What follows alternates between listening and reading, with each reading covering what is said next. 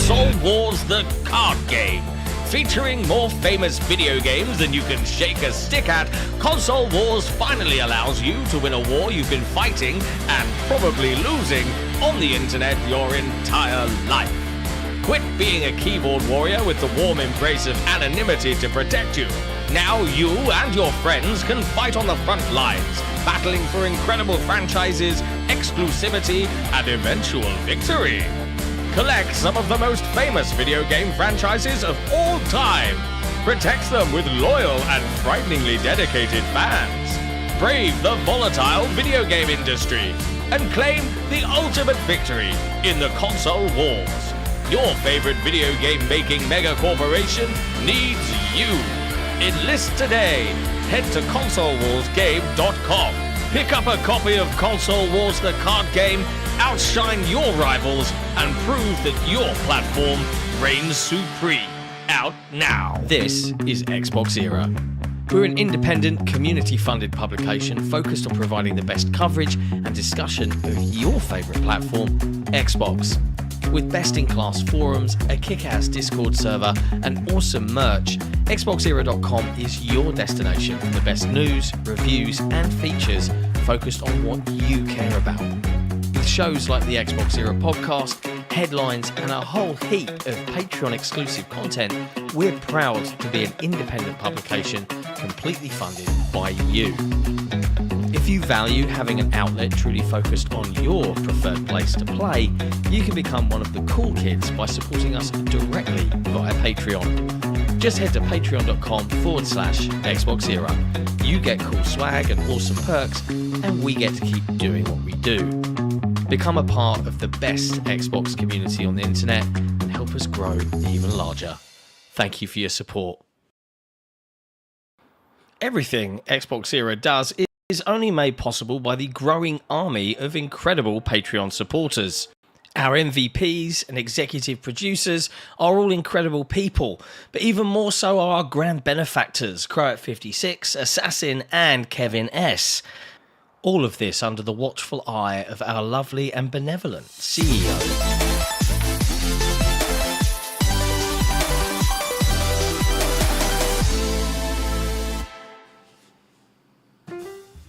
Hello friends, and welcome to episode 291 of the Xbox Era podcast. We're here to discuss the latest in gaming from across the industry, but overall we're focused on your favourite platform, Xbox. As a fiercely independent and community-driven publication, it's all made possible by you guys. So big thank you to everybody that supports Xbox Era week in, week out, but particularly our patrons. So big shout outs to all our MVPs, executive producers, especially our grand benefactors, Croat56, Assassin, Kevin S, and our wonderful CEO, Torn Raptor. As per fucking usual, I'm joined by Special Nick. What's going on? And that other guy, Jesse Norris. Yo. Yo. Yo. Hello, chaps. Yeah. Bo. Oh yeah. Right, we're off to a good start then. We're all cracked. We're off to I'm a sexy wearing a start. coffee I figured you'd approve of, Nick. You know, like wearing a Worship t-shirt. coffee, yeah. Yeah, absolutely. Yeah. Because it's the one true God.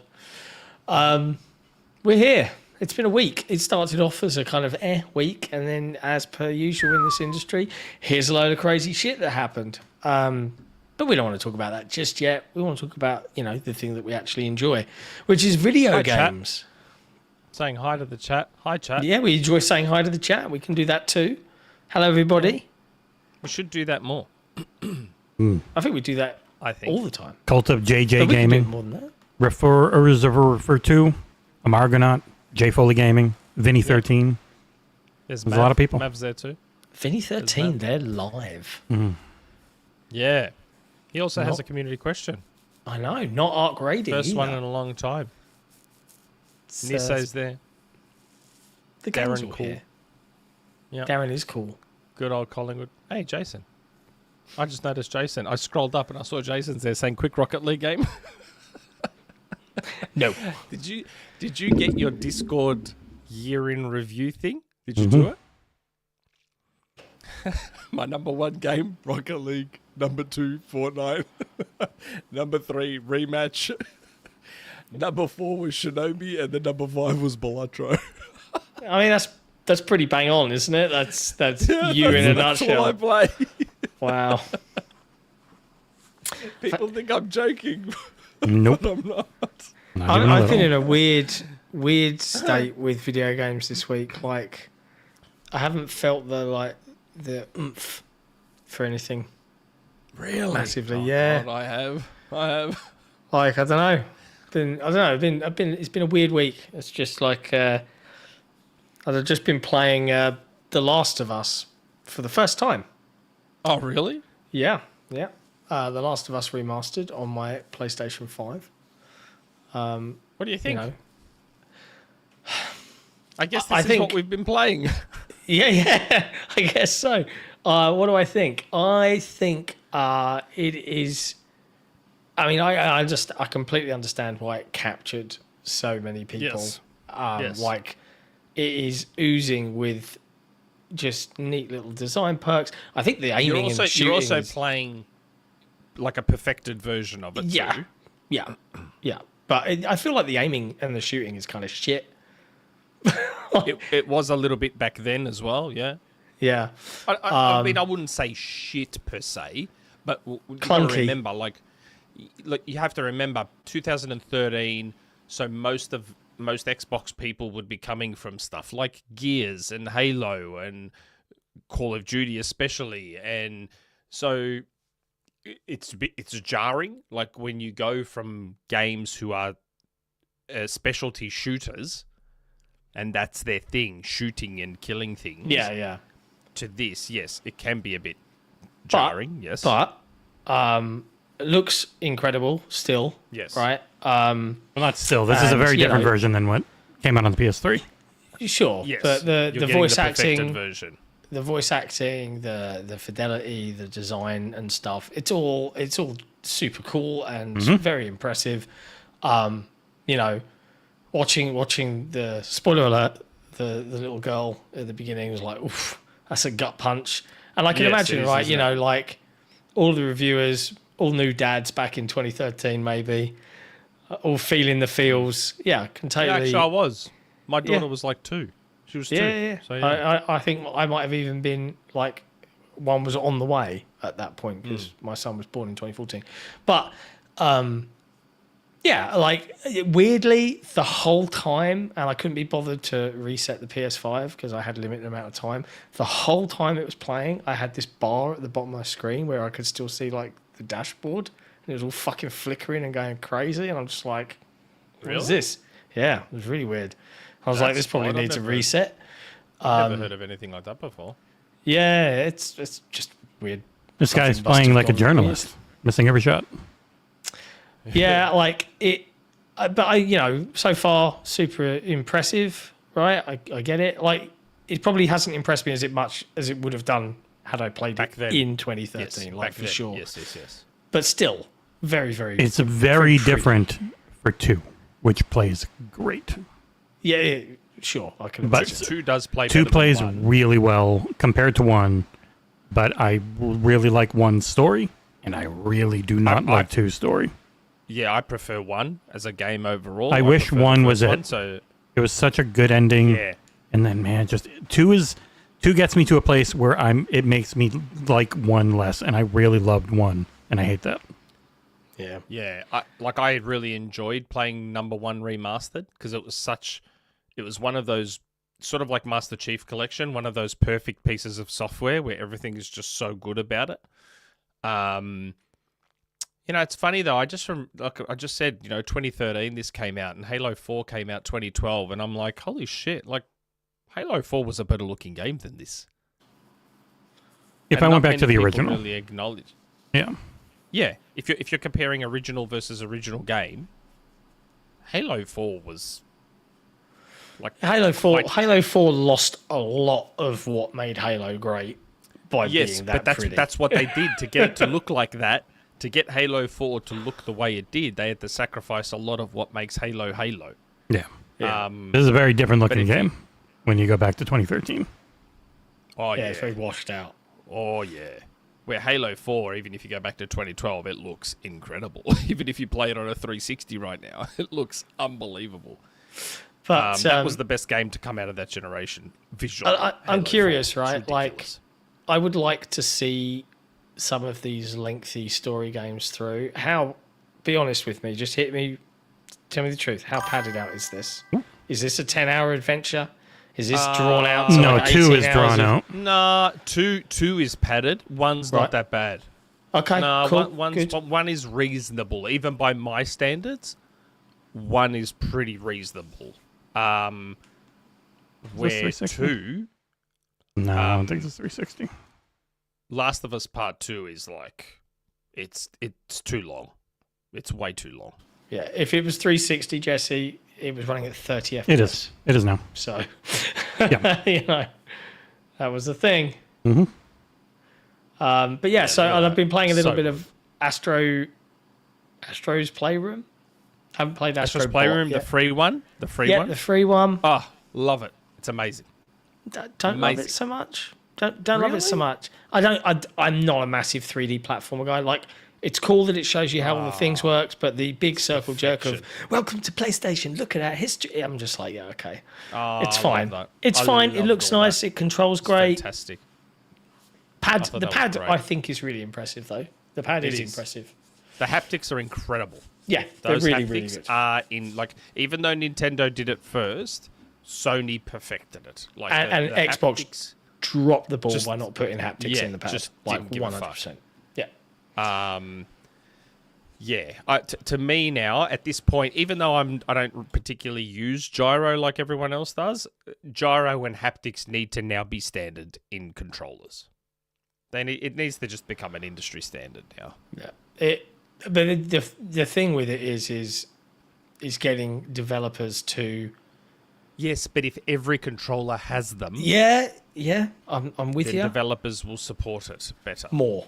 I hope so. Because plenty of games that make PC ports put in DualSense features. Plenty of them do, like on Yeah. Steam and stuff like that.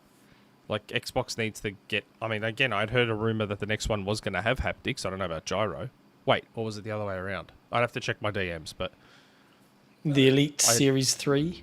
no, It would probably be I don't both. think it was just the Elite. I don't think it was just the Elite. I think it They was wouldn't the put standard. features into only an Elite. They would get yelled at a lot for that. Yeah. I think it was the standard pad. I just can't remember if it was gyro and haptics or just gyro. I have to check the DM. We're talking years ago now. I can't remember. But it needs to be there. I love the haptics in the DualSense. Hate the triggers. I've said this 100 times. Hate those fucking triggers. The novelty of them, I could sense, would wear thin Oh, after a while. Like, after a while, I'd be like, cool for a cinematic experience, but take me out of this for a first-person shooter. Do you know what I don't mean? look at Astro. Don't look at Astro where it works and they're showing it off. And look Yeah, at this. yeah. In Astro, it's great. As soon as you try and play it in, because I always, I play Fortnite on the PS5 99% of the time, because then it's a reason to turn it on. And when I first booted up Fortnite for the first time on PS5 and the bloody triggers were on, I was like, bro, stop trying to stop me from shooting in a competitive shooter, please. Bro! I was like, man, I went straight to the settings. I went straight to the settings and turned that shit off. It was like, these triggers are fucking annoying as fuck. Like, they're horrible and they need to die in a fire. Those stupid I think triggers. there's probably a time and a place for them. That's the thing, right? And as long as you can, just be like, nope. But the rumble triggers on Xbox weren't obnoxious. No? You barely even noticed they were there. That's how it should be. Like, the triggers are such important buttons on the controller, arguably almost the most important, arguably. Don't put something in there that's going to get in the way of what I'm trying to do, please. Because that's what those resistive, adaptive, whatever the fuck they're called, triggers are. They get in the way. Yeah. Stop getting in my way. And I have to pay the haptics don't get tax. in the way. Thank you, good old Collingwood, for the $1. Here is a pet for Oreo. Aww. Good old Oreo. And breaking news, just to interrupt this small throw. We've got a super chat from our very own Ursel, aka Soulblazers, who says the lesser of two weevils. Weevils. I've got some breaking news for everyone. And I want, if you're not sitting down, sit down. This is a big deal. Every weekend we put together what we're doing next week, and we try and list out everything that the team's working on. I don't believe it. And I told you to sit down.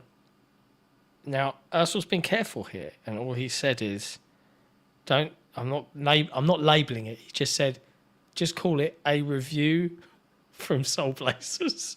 Now, who could it be? What could it be? Hollow Knight Silk Song. I don't want to jinx it. Finally.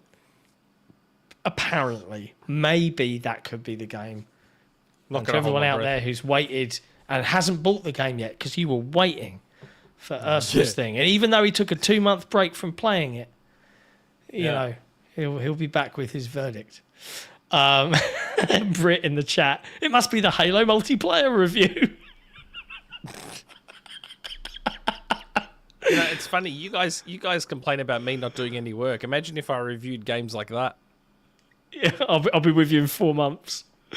Yeah. At least I review them and make embargo, and they get out there, and I do the video. I don't ask any of you to do my videos or my voice stuff. I do it all. Ursel does his own videos. He's a good boy. I'm not saying he doesn't. I'm just saying that I don't ask for. You're a one-man show. Have some balloons, Nick, to celebrate you and your hard work. You know, it's very good that you and Jesse trust me enough to know that I'm not going to fuck it up as well. Well, we like that you put background music to your reviews now. That's a. You don't. We like that. You don't look over anything I do. I just put it out there. I look it over without telling you when I change stuff. But. Yeah, we do sneak it. I would say you should probably be like, what today is best for this, rather than just ing it out when, unless there's a strict embargo, if you know what I mean. Like, Yeah, well, a lot of the time the codes come quick, embargo. And I've got to get it out fast. Thankfully, they're all side-scrolling beat-em-ups, which you complete in about 2 hours. Yes. Or, mate, speaking of what we've been playing, this leads into the next thing. So Marvel Cosmic Invasion, you've all seen the review now. Everyone. Everyone has. So, with Marvel Cosmic Invasion, we were very fortunate. I got my review code 2 weeks before. I was like, how good is this? We got so much time to play it, review it, everything. Problem is, that code was a Steam code. And Steam is a piece of shit. Like, I had so many problems trying to do this review with Steam on PC, and I was like, what the fuck? And thank fuck, Jesse got an Xbox code a week before embargo. Within 2 days, I basically had the review done as soon as I got an Xbox code. That is the chasm that exists between Steam and Xbox. As soon as I got an Xbox code, review done. Steam gave me hell. So all the footage you see, all the screenshots you see in my review, it's all from Xbox, and it all got done in a couple of days. Because I was fighting with Steam for a week. I hate Steam so much. It is the worst fucking piece of shit. It's fine. That's why PC gaming's been held back all these years, I've realised. Because of Steam. That's why consoles continue to just dominate and be the standard, because Steam makes it all so crap for PC.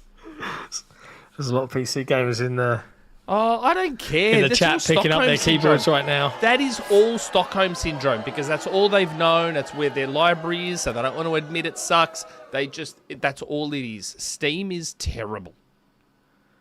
Like, seriously. And that is the complacency that comes with dominance and a monopoly. That is the complacency that comes with it. I think Steam's fine.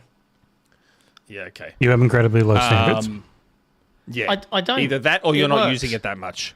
You're not using it that much. I use Steam a lot, and it works fine. But Marvel Cosmic Invasion. So many of you will remember I had concerns after the demo. Yeah. I had some very, very serious concerns. Now, some of those concerns were addressed in the full version, which was good. But I just, it's funny. Reviewing this game, I kept floating between a 7 and an 8. Like, for the whole time I was playing it, I'm like, is it a 7? Is it an 8? Is it a 7.5? And, like, my score just kept changing over 2 weeks. And I think I settled on an 8 because I didn't want to feel or look harsh constantly comparing it to two of the best scrolling beat-em-ups of all time in Shredder's Revenge and Streets of Rage 4. But then at the same time, I'm like, but this is from the same team that made Shredder's Revenge. Like, they just made Shredder's Revenge 3 years ago. So I was left disappointed that this came from the same studio. But at the same time, in its own right, it is a very good game. I just think that I don't know if Marvel meddled in this or not, or I don't know if Tribute maybe would like, okay, we've done a bait. Like, remember how when Coalition took over Gears and they were like, we're going to show you with Gears 4 that we can make a solid Gears game. And Gears 4 was quite basic and they just wanted to show you they could make a Gears of War game, right? And then with Gears 5, they changed things and they did the skiff and the semi-open and they tried all these different new things and it didn't quite pan out. That's what this is. Shredder's Revenge was like their Gears 4, but far better, where they showed you they could make the basics of a scrolling beat-em-up, and it was perfect. And then with Marvel Cosmic Invasion, they're like, okay, now watch what we can do. And they tried to do all these different things, and they flew too close to the sun, and the game suffered for it. Like, it's doing a lot of cool different things, right? Like the tag system. So it's brought, I mean, even though tagging was in double, like, it's funny reading so many people. So the beauty of Jesse constantly giving me scrolling beat 'em ups is that, like, I know what's happening in all the scrolling beat 'em ups. So I'm seeing on Twitter, everyone's like, oh man, this game has this cool tagging system. And it's like, so none of you played Double Dragon Guide and Rise of the Dragons because that had a tagging system. I only know that because that's a code Jesse threw at me. So that was when you had like a day on, right? Yeah, I had like only a day or two on Double Dragon.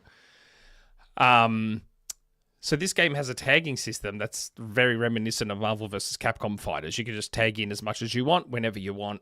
And it works okay most of the time. As you can see in the footage there's a big focus on aerial combat, which isn't normal to this genre. But then there's also blocking, dodging, and parrying, which aren't normal. So there's just a lot new and or unique they're doing, and I think it got too much for them. And the systems don't work properly together when they're not executed flawlessly. So, yeah, like the blocking doesn't, the parrying really doesn't work very well or consistently at all. Like, one of the challenges is, so each stage has 3 challenges, just like Shredder's Revenge. And one of the challenges, for example, is the character you just saw on screen, Falavel. One of the challenges is to get 10 successful parries with her. You know how fucking hard that was to do? It was so difficult because the parries with her special parry, it doesn't work properly at all, let alone using it within the game. Like, it was difficult enough to try and do it on purpose for the challenges, and it just didn't work. The block doesn't properly work. It's this weird block that has way too many conditions on it. It's just I don't know. I just think they tried to do too much, where they should have focused on doing, say, one new thing and nailing it and getting it like 100% perfect before worrying about introducing like 1,000,001 new things. Mechanics. So, plus all the characters. I mean, I do want to do I think a fun playthrough, a fun stream would be us 3 playing through co-op. Oh yeah, it's a good game. Again, I gave it an 8 out of 10. It is a great game in its own right, but again, I'm comparing it to Shredder's Revenge, and I'm a real weirdo for these games and how they should play and have a very stringent. Dare I say it? You're an aficionado, mate. Yes, I am a scrolling beat 'em up aficionado. I would say it's probably the only genre that I am. It's probably the only one. I felt let down because you know how excited I was for this game. Like, I was shill level excited for this game. So I just felt somewhat let down by it. but it Happens. is still a very good game in its own right. But yeah, I look, you know, the Power Rangers devs, Digital Eclipse, implemented every change I suggested in my review. They implemented every single one. So hopefully someone at Tribute watches this and watches my review and says, oh, maybe he's right. And they make some updates, hopefully. Fingers crossed. But yeah. Yep. That was my time with... I know that all sounded really negative. I know that. I get it. But that just you're comes nitpicking from passion, mate. Yes. It is still a great game in its own right. It is better than the majority of scrolling beat-em-ups out there. But I wanted it to be up the top there with Shredder's Revenge and Streets of Rage 4. It's just not. It's a level below them. Nick. Nick. That's all. Nick. What? Jesse hasn't spoken in a while. We should probably let him say something. I've still got Nick 2 more has games. Nick has back him. Nick has 3 more games. It's fine. I have 2 more 3? games. You know, No, let's let Jesse only have 2 more. Marvel Tokon, Metroid 2. Prime 4, and Banjo I do Kazooie. have 3 more games. Okay, Yeah. go. You have a If turn, you're even Jesse. allowed to talk about Marvel Tokon, which I don't think you're supposed to. Yeah, Oh, you're yeah, definitely I'm not probably allowed not. to talk Yeah, about you're really not, which is why it's funny that you keep talking about it. You're also not allowed to post screenshots on Twitter. Yeah, but everyone is because they don't give a That's shit. It's I know. Man, people are posting full-on gameplay clips. I I just know. posted one screenshot from the start of the tutorial where they go, "Hi, Captain." That's it. Come on, man. Like, that's nothing. Beautiful game, though. Yep. It's Unreal Engine 5, and it is. Nope, I muted him. Don't worry, I saved him. Okay. I did a couple of I did an impressions talk about on headlines for Routine new to Game Pass that I did not vibe with at all because it is a very obtuse game. It is very funny seeing all the people put up like 3-hour playthroughs and be like, "Oh wow, it's only 3 hours and 13 years." It's like, no, they chopped out the 10 hours that it took them to figure out what to do and just put in the clips that are nice and clean. My main issue with the review, looks really cool, plays well, Yeah. puzzles are cool, is that robot that's chasing me right now in the areas where there are robots, and that is most of them. He never stops. And so you're trying to do all these really obtuse hard puzzles. You can't lock him into rooms. He can open doors. I didn't realize if I had been able to press the button there, I would have been fine. But I'm going to have to run It looks away. like Alien Isolation. It's going for that pretty big. You can't do it, but you never get a shotgun. You never get anything. You can't fight them. You can only run and then get far enough under a thing where they don't see you and follow you anymore. First few times, that would it's be really scary. frustrating. It is super frustrating when the puzzles are really hard. And as you see, I got so far away so quick, he turned off. And at any random point, he can turn on, including pretty much every time you go near him. And that just kept happening to fun. me for like 3 hours. And a game that I was liking everything else about, and I've gone through and I've watched them. I was like maybe third to just about halfway through in like 4 hours. I wasn't struggling with the puzzles. I liked the puzzles and I liked the gameplay outside of constantly being chased by that asshole nonstop, and I just couldn't take it because everything's super analog. Like there's no UI, there's no HUD, everything's in world, and you got to figure it all out. And I just got so sick of being chased by something that I could not do anything against. It sucked. That'd be... Oh, God, that sounds like my nightmare. Yeah, so it ended up not being for me. It's reviewed pretty well overall. It's at an 80, I think, on OpenCritic. So, and if you don't play it with a guide, because then it will literally be a 3-hour nothing game. Like, the whole point of it is to try and figure out what's happening, what's going on. The stories... It ended up being exactly what I figured it was, especially with the name, Routine, and what the story ended up being. But it is cool. It sounds Visually, great. it looks unreal. Yeah, it's really Visually, it pretty. looks incredible. Yeah. So it's like set in the, I think the late 70s for like a different version of being on the moon and everything. It might be really neat to some people. It was not to me. What was really neat to me was a game I grabbed because I was really annoyed at Routine, and I had just done 2 other horror games with Silent Hill 2 and Isla to varying degrees of enjoyment. I grabbed this game called Sleep Awake from the creative lead of Spec Ops: The Line, who, with a touring guitarist of Nine Inch Nails, it just says of Nine Inch Nails, but he's their touring guitarist. He's been there a long time. Those 2 are the creative leads. The guitarist guy did the music. It's a Blumhouse published game about a world where everything's gone to shit. You are in the last city on the planet called The Crawl. And if you go to sleep, there's a real good chance you are going to be sucked into the void of who knows what the hell's going on. And all that's left behind of you is this little shimmery, who knows what the hell it is, of pain and misery. And so everyone's living off of drugs that keep you awake all the time. You play as a teenage girl named Katya, who's doing her very best to figure out how to not have the hush take her in her sleep. And she's lost her dad, she's lost her brother. I don't even know if her mom's ever mentioned. And you end up going through, it was about five hours or so of some trippy shit, as you would imagine, from Corey Davis of Spec Ops The Line, and I really enjoyed it. It's a very good overall experience. I have absolutely no idea how it runs on Xbox. I had to review it on PC because there was no Xbox code until after launch. But it ran great on PC at least. So, it'll probably be all right. If it's Unreal. Nowadays, Xbox Unreal games are mostly sorting themselves out. Oh, yeah. Unreal Engine 5 is best on Xbox. It's better than on PC. You don't get all the stutter. Better than on PS5 Pro as well. Don't say that.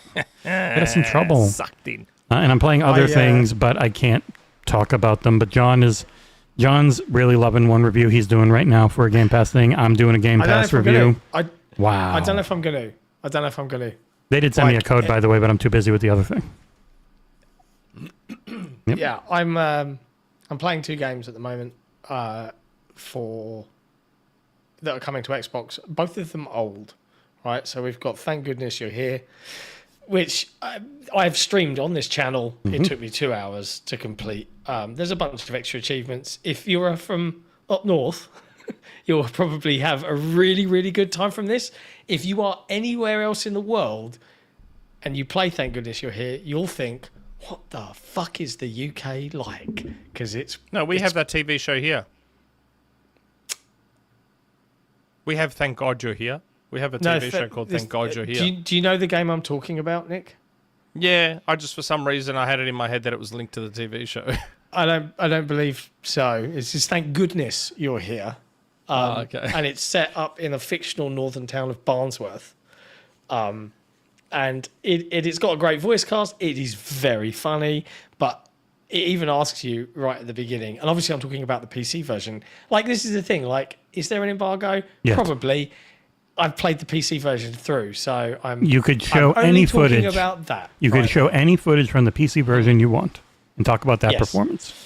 That makes no sense. I know. That's the way it always is. It is old weird game. with old games, right? And at the beginning of Thank Goodness You're Here, it actually asks you, I can't remember exactly what it says. It's like, up north, like, or in a northern accent, I can't really do one, but then it's like dead rate, faff, or what?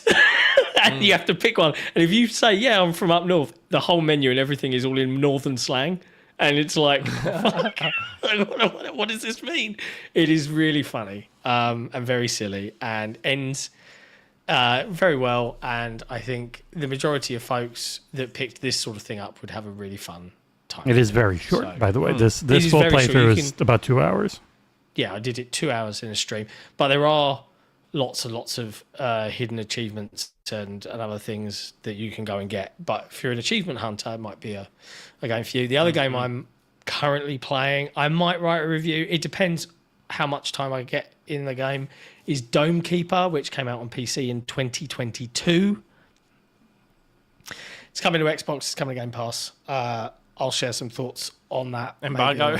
Tuesday. On that 3-year-old game. Right? Like, he's had some updates and stuff, like, between 2022 and 2020 now. 5. But yeah, what about you, Nick? What else have you been playing? What else have I been playing? Well, in what might sound as a bit of a shock and a twist, I've been playing the PlayStation 5 exclusive Banjo-Kazooie sequel. Yeah, I had fun writing that story up this week. Banjo-Kazooie Mumbomania. Yep. So this is an interesting one. So on Twitter, it went viral. Someone had made a Banjo-Kazooie game. I don't know if it's a full game or if it's just a level but someone made a Banjo-Kazooie game, UFO Lace, as you can see there, and it went viral on Twitter saying, hey, they made Banjo-Kazooie in Dreams. Dreams is an incredible It should have game gone development. to PC. Yeah, it should have. PlayStation screwed up by not putting it on PC. Yeah. Because you could have got the modders to just do all sorts of things to it, and people could have made full-blown games in a far easier way using Dreams. You know when you use PS Move controllers to paint in 3D? Yeah. As someone who dabbles in Forge, this is incredible Unbelievable. work. Unbelievable. And this is a level designer from Moon Studios as well. Yes, and that's the key here. So when I looked at this person's bio on Twitter, because I quote tweeted them. So you didn't read the article that I wrote up painstakingly? He doesn't read anything we do. Okay. What do you mean? Oh, what do you mean? How would I like if my algorithm doesn't show it to me? It only shows me some Xbox era tweets. Nobody should be on For You. I saw this.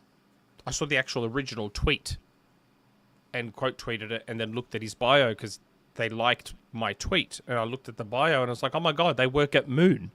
So those of you who have been watching this show long enough will know that we've had Thomas Mahler on here a couple of times. And Thomas Mahler has always said how much Moon would love to do a Banjo game. They would love to do Banjo 3. He actually said it again in response to this tweet, and like the tweet going viral. I included it in our news article, and he said, maybe I'll spin up a third team if Xbox are interested. And I'm like, pick up the phone, Xbox. Yeah. But what I will say is, based on this person, UFO Lace, I can't remember their Twitter account. It might be UFO Lace. Based on what I have played here, yes, let them make Banjo 3. Let them make it. Because this is one person, or 2 or 3 people technically, because he credits a couple of others in the actual game. This, to me, is what a Banjo 3 should be. As someone who adored Banjo, everything about this is pretty much perfect. Because, again, you got to remember, it's working within the constraints of Dreams. So, if they were able to make a proper Banjo, you wouldn't have the weird pointer gyro issues that this has. But everything about this... The little extras they added, there's a very tiny amount of, I guess you could call it, Zelda Breath of the Wild about it, where there's transformations, a la Cameo, a la, whatever. So Banjo can transform into these other things if Mumbo has the energy for it. So see how Mumbo is purple and then he's normal colored? So when he's purple, he's full of energy, and that's when he needs that energy to be able to transform into these things that you can unlock. So you need a certain amount of jiggies to be able to support these transformations. So the first transformation is just a rock. And you can just do that essentially for free. You can turn into a rock that just rolls around. And then you can become a cannon. And when you become a cannon, you shoot Banjo and Kazooie up into the air to get to a higher area or whatever. So there's all these different transformations that you need jiggies for. The way this person has structured this Banjo game, the way, like, all the sounds, it's just, they get it. This person gets it. In a way that probably Rare wouldn't even get it. And it's, I mean, you say that, dude. Like, let's be honest. If Nuts and Bolts came out today now, there would be such a different reaction to it than perhaps what it got. Yes, I think it would be a different reaction in 2025 or pre-Tears of the Kingdom. Yeah. So, yeah. Oh, you're just ripping off Tears of the Kingdom now. Yes. If it came out now, people would say they're ripping off Tears of the Kingdom. What people don't realize is that Tears of the Kingdom ripped off Banjo-Kazooie, Nuts and Bolts. So, like everything Microsoft does, Nuts and Bolts was a little bit ahead of its time in that way. But yeah, this game to me is what a Banjo 3 could, should, and would be.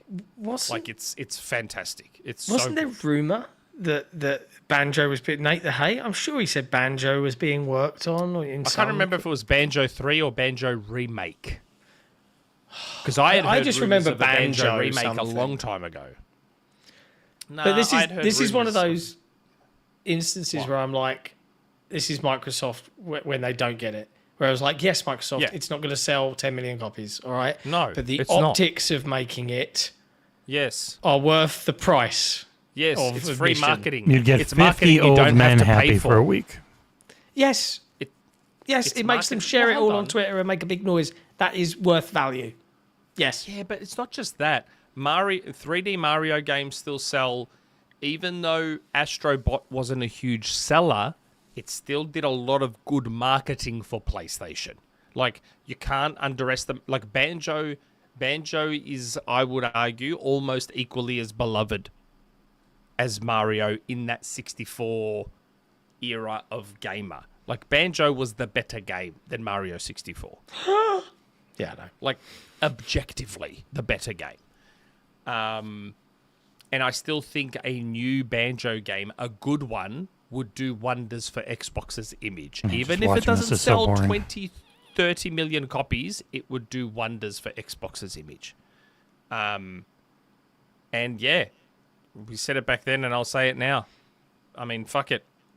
All issues aside, give it to Moon. Because clearly they get it. Yeah. Jesse, I know why you're making that face. I get it, and trust me, I have every reason. It's mostly to make that from face looking as at well. this. I just find this type of gameplay so boring. Okay. Like, clearly Moon gets it. So if they want to do it, let them do it. Because they get it. This is really nifty. What an It incredible is. achievement. It's so good. It's so good. Like, it's legitimately unreal. Streams. And I was very happy playing with it. I think my completion at the moment is almost 50% on this. I think it's just this level. I don't think it's a full blown This game. full thing I is think it's- 50 minutes. Yeah, it's Thank you, just the Dreams level. content. But yeah, it's almost perfect in terms of what you would want. Like, remember, this is like essentially one person.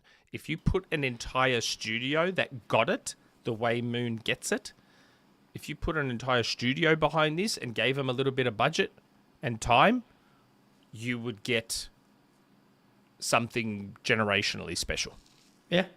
out of them. Easily. But yeah. That's the PlayStation exclusive Banjo-Kazooie game. They're never going to sell off IP. IP is the entire value of everything they bought. Yeah, they can contract Moon. They don't Yeah, have to well, sell Infinite the IP. Umbra in chat. At this point, I'm of the mind that if Microsoft will use their IP, they should sell them off. Like, they're never going to do that. That's the entire value. No, they won't do that. No. You never know when they can cash in on it. Yeah, they so- weren't going to sell Yeah. off the rights to Perfect Dark. They were going to let 2K spend $100 million on it. And 2K is like, nope. Yeah. We want the IP. Now, the next one I've been playing. Speaking Marvel Tokon Fighting Souls. Yeah, let me talk about the NDA'd Marvel Tokon Fighting Souls. No. Metroid Prime 4. Miles Prime 4. Boy.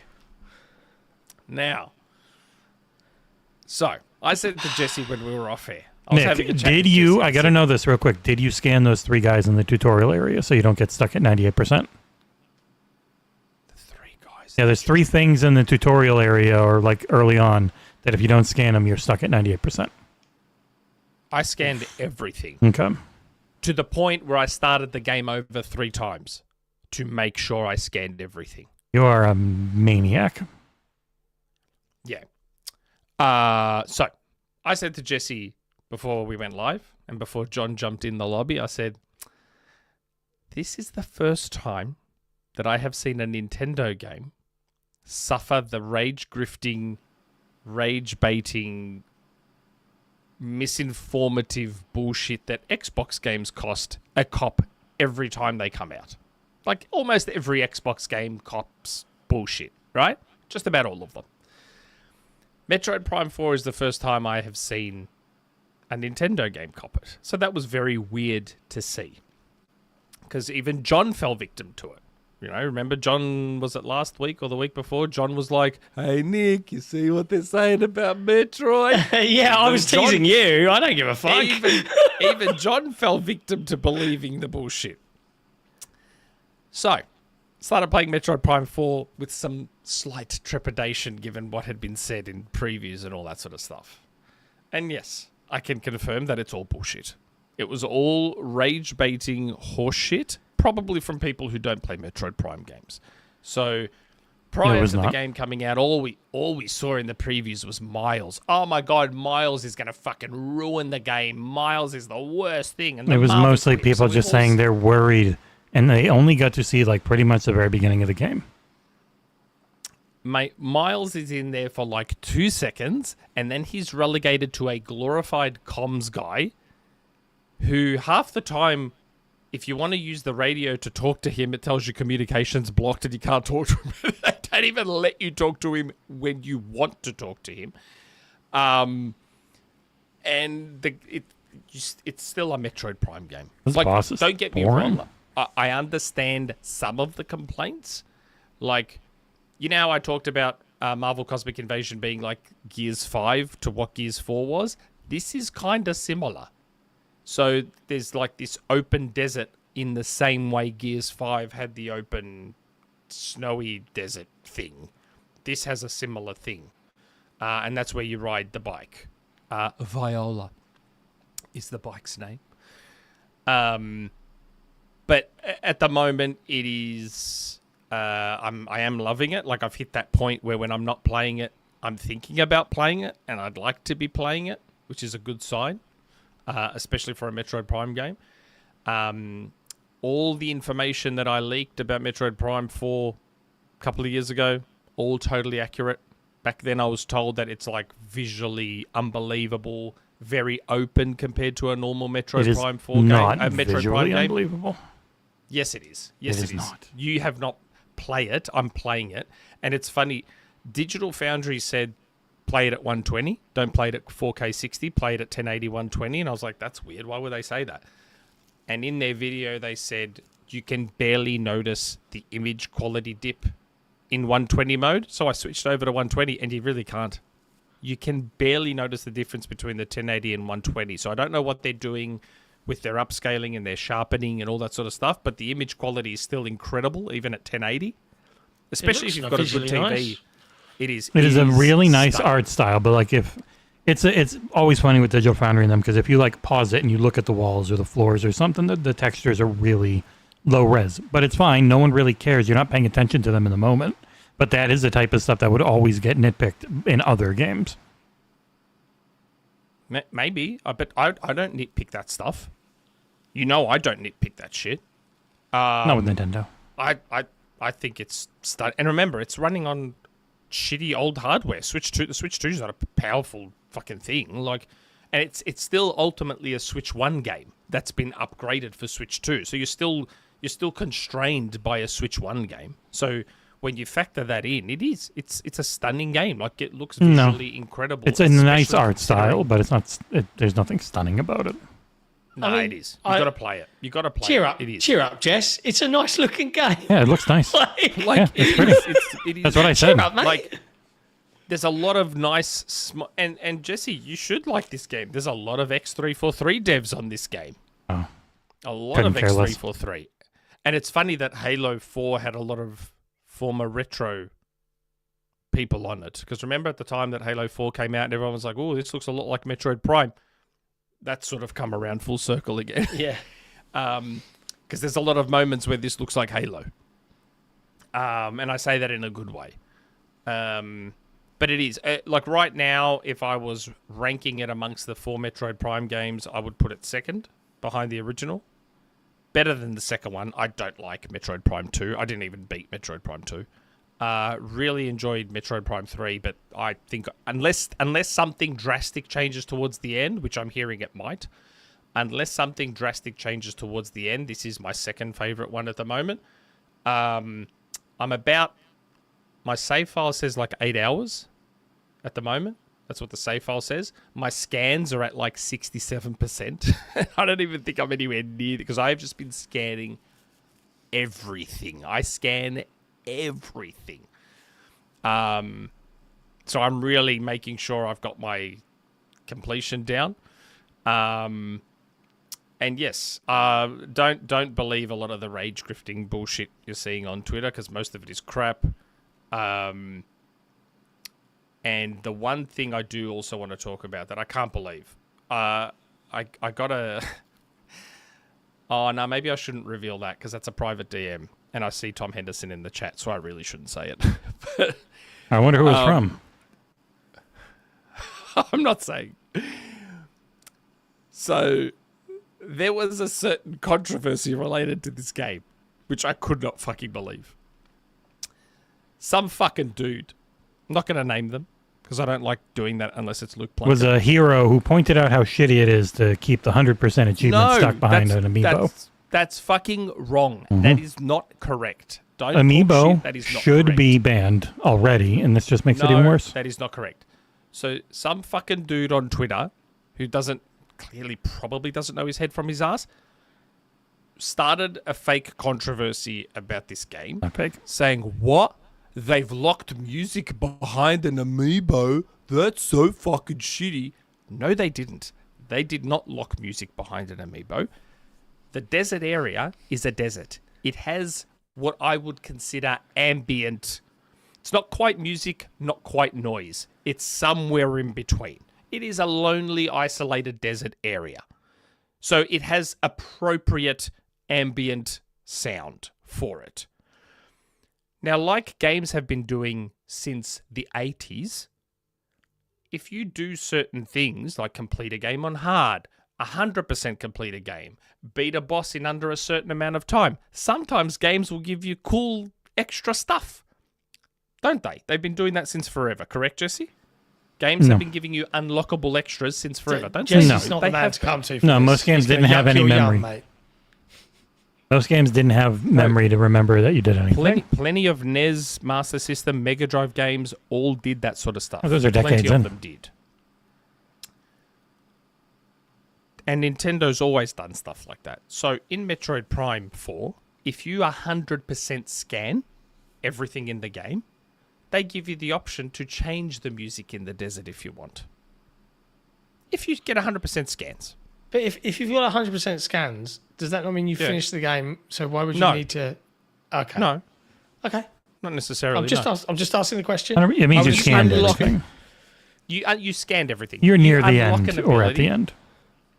You unlock an ability to change the music in the desert should you feel you want to.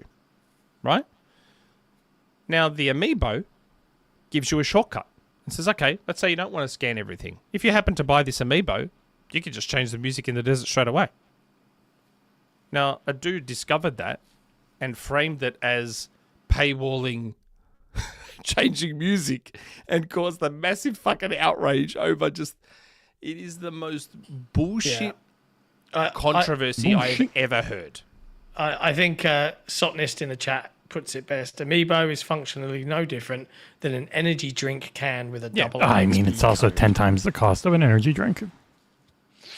Yeah, but it's a cool toy. Like, it's not cool. Mean? Toys aren't cheap these days. Collectible figures and shit like that aren't cheap these days. Amiibos aren't. Like Jesse is determined to yuck everyone's yum. I have never liked Amiibo. Why would I like Amiibo now?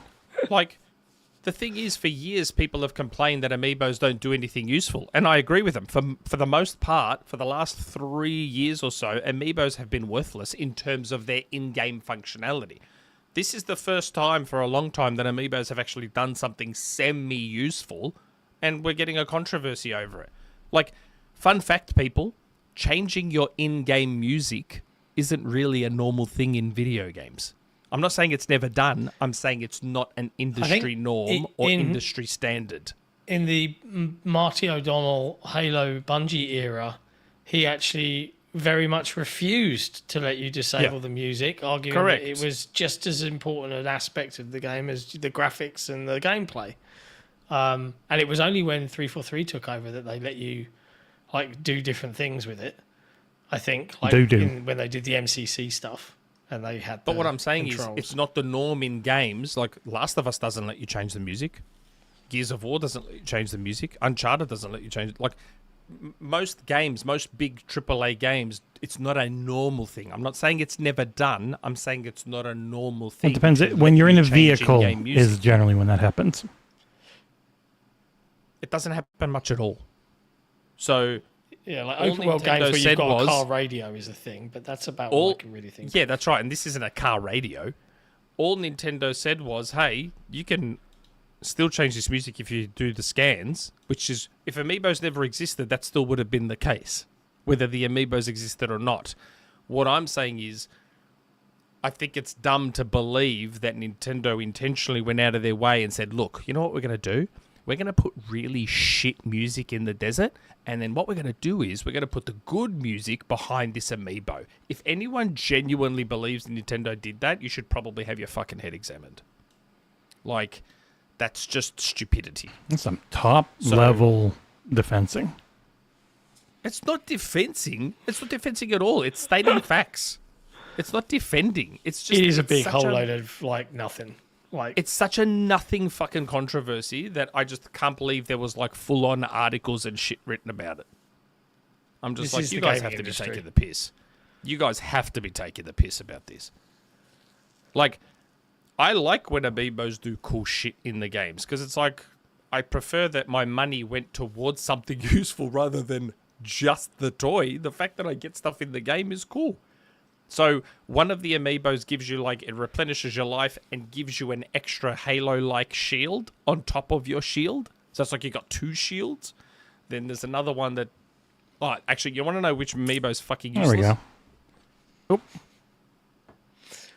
That cake. This bastard here, that's a useless Amiibo. I feel like actually turning the game on to show you what it does, to show you how fucking worthless it is. This Amiibo right here. All he does is bring the boss up on screen and spout a voice line. So Cool. like, you touch the Amiibo and he goes, some random line like, I'm coming for you, Samus, or some shit like that. It's like the dumbest thing ever. That is a useless Amiibo. The other two are actually quite good. But yes, it was like, man, when I saw the outrage over that music paywall bullshit, I'm like, you have got to be fucking taking the piss. unfortunately, that Like, is seriously. the modern internet now. And that is what I said to the person in the someone DM yucking who I your will not yum. name. Tom Henderson. Yeah, that is what I said to the person in the DM. I was like, I get it. I am learning through XboxEra what needs to be done and the shit that needs to happen. I'm learning that behind the scenes, and I don't like it. But I'm like, this is next level. This, like, what this Amiibo situation is like next level horse shit. It Like, is- that's just... Yep. It is a regular occurrence now in this industry, especially if a game has a little wobble, where people will just jump on that bandwagon, the negative bandwagon, and they will keep going and going and going. And then if they get another controversy or a possible one, they'll use that and then jump to the next one and go on and go on and go on. Don't load it up. It takes too long and it sounds like shit. And anybody listening will just be like, No, thanks, Nick. there's a couple of people in the chat that are like, show us. Show how useless the Amiibo is. But Okay, yeah, keep talking. it is a shitty industry, really. The way that Oh, people just want to It get is, mad man. about stuff. It's like, is that what you want in your life? You just want to be angry about things all the time? Like, that's right. I don't want to be angry at shit. I don't like it. I want to like be happy at stuff and be like, "Woo, game's cool, fun, yay!" But Yeah. no, let's be miserable Like, grumps instead. We're living in an age where I there's so mean- many good games, more than we have time to play. I got, Jesse putting a Defence Force logo over your head. Jess, man, Nothing there. People are going to call you out on that. On what? That was On just the like Defence Force. it's like a 20-minute long defense segment. That's our new segment. Nick defends It Nintendo. was not defense, man. Calling out bullshit is not defense. Oh, it was also about just the whole Metroid discussion. So, scan Amiibo, right? Okay, it detected the Amiibo. Say the line. Okay, so it's just him. He appears on screen, the boss, right? He's just appeared. And then you press the button. Can't hear it at all. That's it. That's all it does. That's it? Thanks for spending. How much was that amiibo? $30. You are a fucking moron. No, I get them for the toy itself. I do get them for the actual toys. That's why they're all on display up on that shelf there. I do legitimately get them to display the toy. But I saw the functionality on the other two, because now I know why they waited on this one till launch day. Because this is the shit one that doesn't do anything. Oh, no. The other two will, like, actually have decent functionality. This one is... Other two what? Worthless. Can't see what you're pointing to. The Amiibos. What Amiibos? I don't see any on the camera anymore. Whatever. It's the dumbest functionality I've ever seen. I've been waiting for this. That's it. Well, So bad. Riveting discovery. And it's not new for me not getting Metroid Prime, because I played Metroid Prime Remastered for 2 hours and I was really bored. It's just not for me. That's all. I don't mind. I don't mind occasionally bumping I don't into care a about. game that I don't like isn't my jam. collectathons, and so much of that game is the scanning, and I just found it really boring to have to scan everything. But did you enjoy Ori? Yeah, I know. I don't go for 100% in any of those. Like I beat Prince of Persia: The Lost Crown in 12 hours. I beat everything that I could This is what I'm find. saying, though. So it seems funny. It seems funny that you can enjoy a Metroidvania. Oh, because I didn't actually like the shooting in Prime. I found the combat kind of boring. I guess so, because it's got lock-on for a first-person shooter. It was a little much. It's not built like a proper first-person shooter. Because 4 is more like that, right? Complaining. 4 is more gives you shootery. the ability to play it like a first-person shooter. 4 does give you that ability. Yeah, I'd probably be more into still that. Not ultimately. It's not geared that way. That's not how it was designed. Because High on Life, fantastic game, is also a 3D Metroidvania. Like High on Life was clearly inspired by Metroid Prime. Fuck yeah. And it's an incredible game. Like, it was the best 3D Metroidvania I had played since Metroid Prime. You had it reviewed like High shit? on Life was...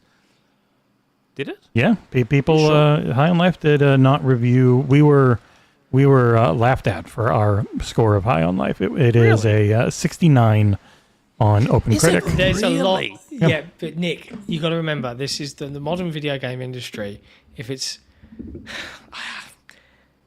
There's always someone out to yuck your yum, and I think there are a lot of people that really dislike the sense of humour in... I mean, it was also an Xbox exclusive at first, wasn't it? So... That added to it. Like, and I get it. Like, I was sitting, I mentioned this the other week. I was watching my son play, and it just got to this bit where the two guns are literally arguing, "Fuck you, no, fuck you," and it goes on for fucking right now. You want Eurogamers? Like, Eurogamer, But, yeah, a miserable Eurogamer cocktail of absolutely ideas from other action platformers in the worst parts of Rick and Morty.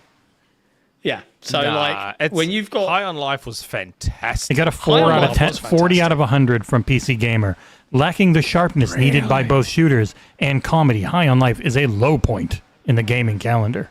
Because it's not a shooter; it's a Metroidvania. the funny thing, It's a with it Metroid was Prime game. that it reviewed How bad. do they not get that?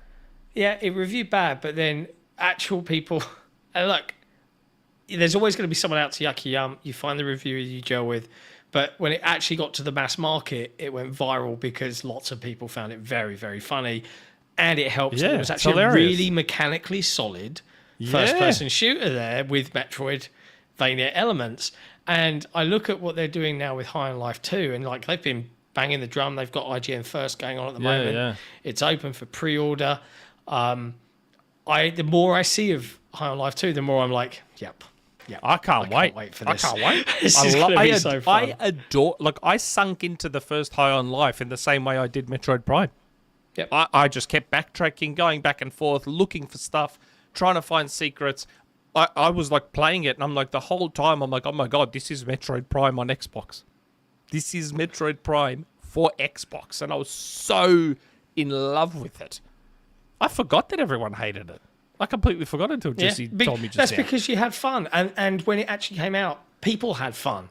And people were just sharing funny clips and like laughing their heads off. Like I rewatched my High on Knife expansion review the other day because I was just like, God, because I saw my son playing. I was like, oh man, do I want to replay High on Life? And I remember getting to the bit where there's slugs living in Salt Lake City, And they're like, why are we so ill all the time? And that's funny, right? But then there's this, you meet this slug that's like the fastest slug. And she's like, race me. So we race her and we absolutely trounce her track time of 14 hours, right? And she just loses it. Like I put the whole clip in the video review. She's like, this is fucking unbelievable. She's just going crazy. And I'm in stitches. I'm like, how are people out there that are just like, po-face, like, this is not funny. Listen to this shit. Go on, let her go mental. It's so good. I just said there's the actual race. But yeah, so you got to beat her track time of 14 hours. It was so funny. But it's a really good looking game. That was very fun to play. Yeah, and all of the guns are really imaginative. Like in this one, you get this pinball gun, and you charge it up, and it puts pinball like so is bumpers. This the High on Knife DLC? Because did you not play it? Oh man, I never played the DLC. It's so worth playing. It's so funny. It's got an entire Kelsey Grammer Cheers cameo segment. Really? Like completely, definitely unlicensed Kelsey Grammer, but it had me dying of laughter. I was just like, this is so I might have funny. to reinstall it and play through it. And it's not long either. It respects your time. It's a really good laugh. Because I 100%ed the game. I fucking loved it. I don't have a code for High on Knife though, Nick, and it is not free. I can probably get one. Is it expensive? Is it $300 Australian? Yeah, it's limited edition. Can you play the can you play the audio of when she goes mental? Like I just want it. If no one's ever played this, the audio of when you beat this slug. Okay, here it is. Had me in fucking stitches. I loved High on Life, man. I adored that game. I thought it was fantastic. This can't be fucking happening! Why is this happening to me? Oh my God! I want to hear it. I'm going to turn on my Fuck audio. you! I'm gonna fucking kill you! I swear I'm gonna fucking kill you! I swear to God! Oh God! I'm gonna throw up right now! I swear to God! Oh God! Get that fucking prize away from me! Get the fuck away from me! You take the prize and you fucking go! Okay? You don't deserve this! I deserve this! I'm the fastest! Me! I'm the fastest, not you! I'm gonna fucking throw up! Oh God, jeez Louise, calm down, Slugstar. It's just a race. Anyway. Tell me to calm down, you piece of shit. And she just Don't keeps tell me going. to calm down. Oh. I'm gonna throw up.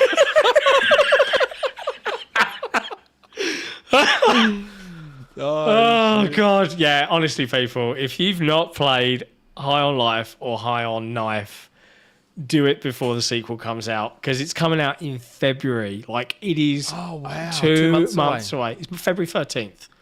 Like I am all High over on that Knife game. is a 63 on OpenCritic. It's unreal, man. It was such a massive expansion and it was so cheap. IGN gave the base game an 8, gave High on Knife a 6. You gave it a 7.5. Yeah, it's not the best thing in the fucking it was world, but it was great. I loved High on Life. So how much is it? It is $22 Australian. Okay. Interesting. Is it an expand alone? I don't think so. They called it a DLC, and John muted himself, so we'll never know. Yeah, sorry. It requires the base game, I think. Yeah, it's a DLC. Does it? Yeah. Ah, okay. But the base game is on Game Pass, so. It's back after leaving. Clutch Quando in the chat. He loved High on Life. He's back. Yeah. High on Life was... God, if I reviewed it, I reckon I would have given it, like, close to a 9. We gave it a 9. I fucking... We gave it a 9. We did. Yeah, Jesse and I I don't think I didn't review it. I had like a little take because we were both playing it and being like, this is excellent. Like this came out of nowhere. It's really good. Fantastic. So, yeah. Oh, look, you can get a code for High on Knife for like $5 on loaded.com. So, John, go make a referral link for us and give it to Nick. Yeah, I'll get it. We'll get 12 I'd rather cents. have it on Xbox. Oh, Loaded sells I Xbox I codes. own it on Get an Xbox Xbox. code. I can't remember if I'd own it on Xbox or if I just played it through Game Pass. It I is have a back sneaking in Game suspicion Pass I played after it through left. Game Pass. Yeah, but Loaded has Xbox codes. It's not PC all the time. It's both. It's with CD keys. Oh, okay. Used to be. Yeah. No, I know. And we have affiliate links, and we'll give you one, and you will give our coffers like 12 cents. Yeah, Maybe. Thanks, mate. Thank you. It's really good. Yeah, they're nice. I enjoyed that little High on Life tangent. I really can't wait for High on Life 2. Like the skateboard I love stuff that looks game, great. We should go back to the episode it came out where Nick was making fun of us for giving it a 9. because I do remember that. You were That was more before I in your played it, correct? You probably, and you were very in your nothing should ever be a 10. You guys got to be low. We got to be like Edge Magazine. We got to be like super strict and never like anything. And John and me pushing back and being like, yeah, that's the worst part of the gaming industry, is how everyone thinks that, oh, I'm super shitty about everything. I'm a professional. It's like, no, you're just miserable. And that would have been before I played it because I didn't get an early code. Yeah, we only got PC code early. Yeah. After I played it, I was like, I may give this game a 9. Yeah. It was so awesome. Now, The entire time I played it, I was just in love. I was like, I feel like I'm playing a funny, crazy version of Metroid Prime. I think the And thing it was that, so good. that is so not done often, I think, in other games, is the sheer variety of, if you choose to not react, if you choose to react, and you could walk, and I loved it, little touch, you walk away from someone, and they're like, oh, you're just going to walk away? All right, no worries. Right, and then you'll go back, and they'll be like, oh, as I was saying. It's a so many group games of don't do that. comedy writers who also really know video games. Yeah. Like, it's that mix of, like, they really know the way people play shit and what little jokes you can put in that people who play this are going to get. Yeah. Yeah. And I can't wait. I cannot wait for all the Yeah, I'm stupid looking references. All the way, as soon as you started High on Life, the original, when you loaded into that first-person shooter, and it was like, what? And then you realise you're playing a video game as your main character, and then off you go. But then we've already seen in Jesse's gameplay when he played High on Life 2 at Gamescom, they've put other games, including like Bible Adventures, in High on Life 2, and you're like stuck inside, like chasing a bad guy through. And funny enough, my clip is right on there. Like, you're the bad guy is inside your suit and like changing around all the programming in your combat suit. But man, I did not realize this video did 27,000 hits, 27,000 views. I'm really curious. My gameplay was okay, even though obviously I'm playing it on a show floor or in like a little office with the guys all there watching, and it's a very weird thing. I'm curious how that IGN gameplay that went up this week, how that was recorded, because the game looked great, but the gameplay wasn't the best. They have some new stuff in there though. I did not have the ability. Not as good as the first? No. I mean, the person playing was really bad. But the skateboard now, it wasn't in when I was playing, but now you can like hit people with the skateboard and shit. And they've added they've added so much more even from when I played. Maybe it's just Metroidvania stuff you unlock, most likely. It was really cool. Because it is. The game is a Metroidvania. It is a full-blown Metroid Prime homage. Like that is what it's unlocking. It's restricting progression behind unlocks. I know the term. Metroidvania. I know. I'm just get so sick of hearing that term. But it's a nice catch-all. Yeah. Also, it's really close to the look of the trailer without the faked smoothness of the initial reveal trailer.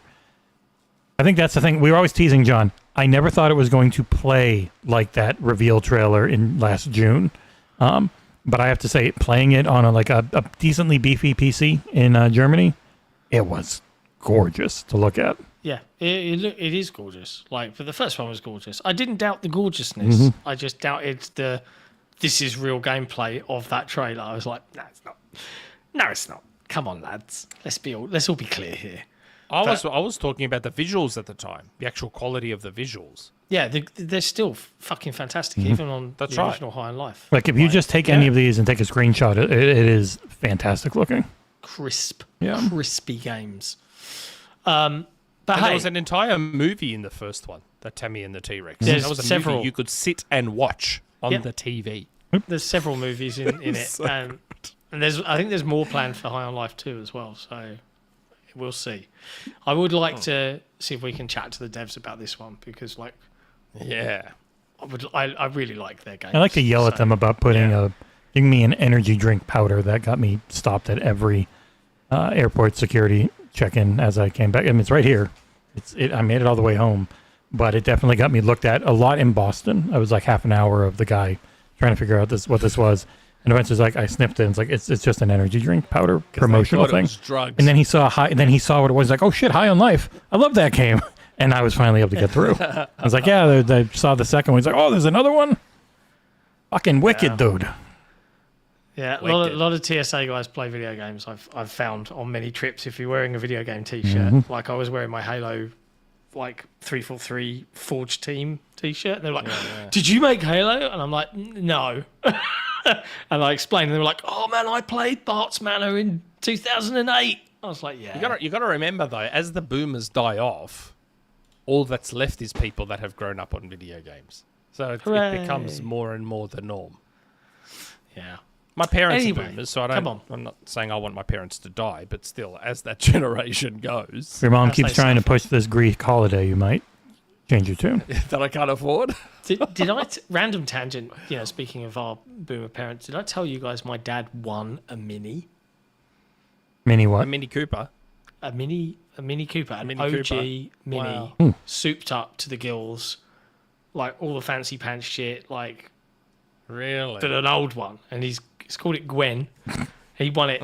He entered a random competition on his motor forum for 12 quid, a raffle, and he Wow. won a high end like restored Mini, and now it's Holy like his shit. pride and fucking joy to the point Yeah, where that's unreal. today I helped him remove the entire engine, which is being sent off to some bloke up north to be calibrated.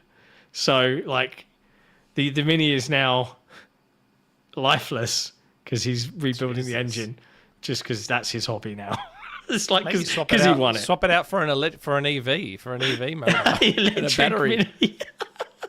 I don't think he'd go for it, mate. He Yeah, likes you're the also removing the simplicity. whole wheel train and everything to put EV motors in. That would be a I don't lot. know, man.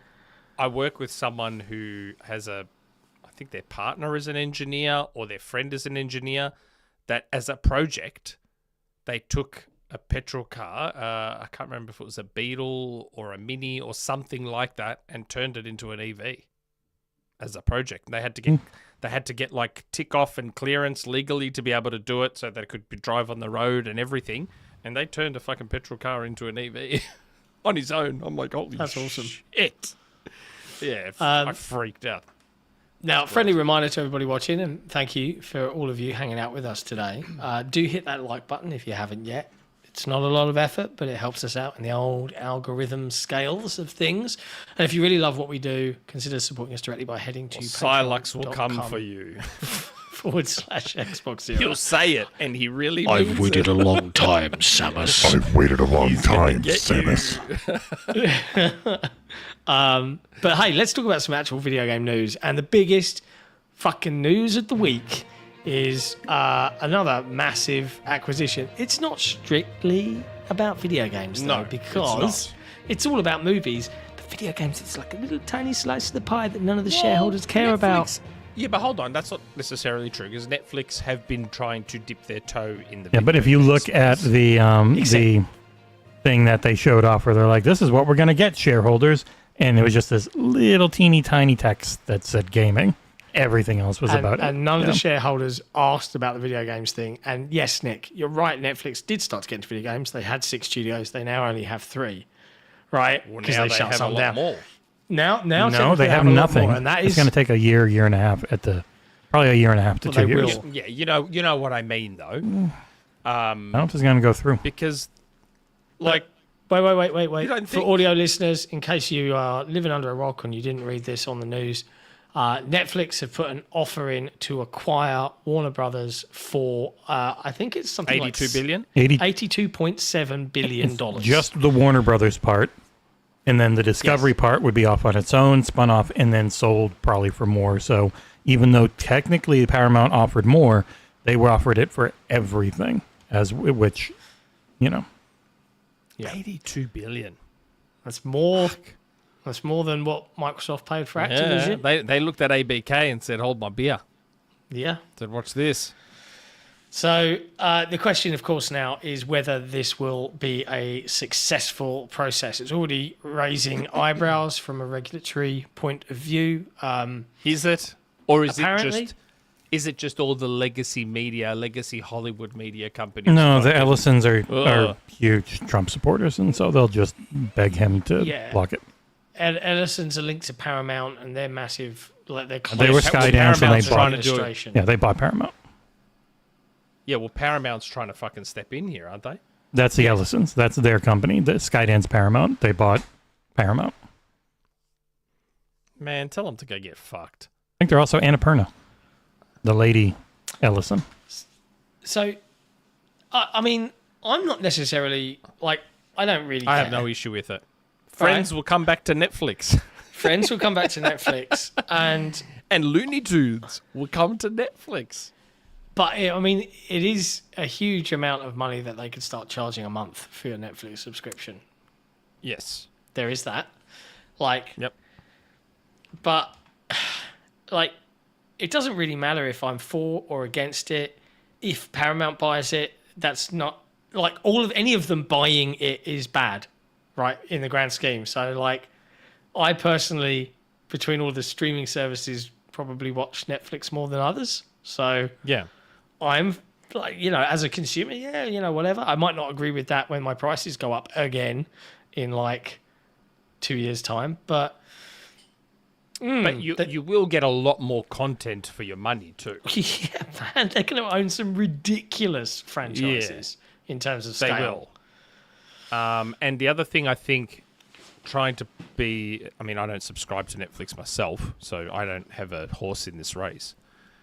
But if I'm going to play devil's advocate for a second, I feel like Netflix probably wouldn't do what WB do, where they fucking cancel fully made and completed stuff that's ready to literally come out. Like they need Netflix happily cancels season 2s of things. They don't just outright. I'm not saying they don't cancel shows. Yeah, I don't think they What I'm cancel saying stuff. is- They let them out and then they'll just get rid of them. Yes, correct. So we heard about that Wile E. Coyote and Roadrunner show or movie or whatever that was Movie, made. yeah, It was finished, done. It ready. was finished. Yep. It's coming And up and the cat. Well, now it is. finally. Yeah, it took a long And time. the Catwoman movie that was literally done, finished, ready. Netflix would still put that out. Yes, it might be horrible, but Netflix will still put it out. That's one silver lining at least, if you can call it that, to Netflix having them, because they need all the content on there they can get.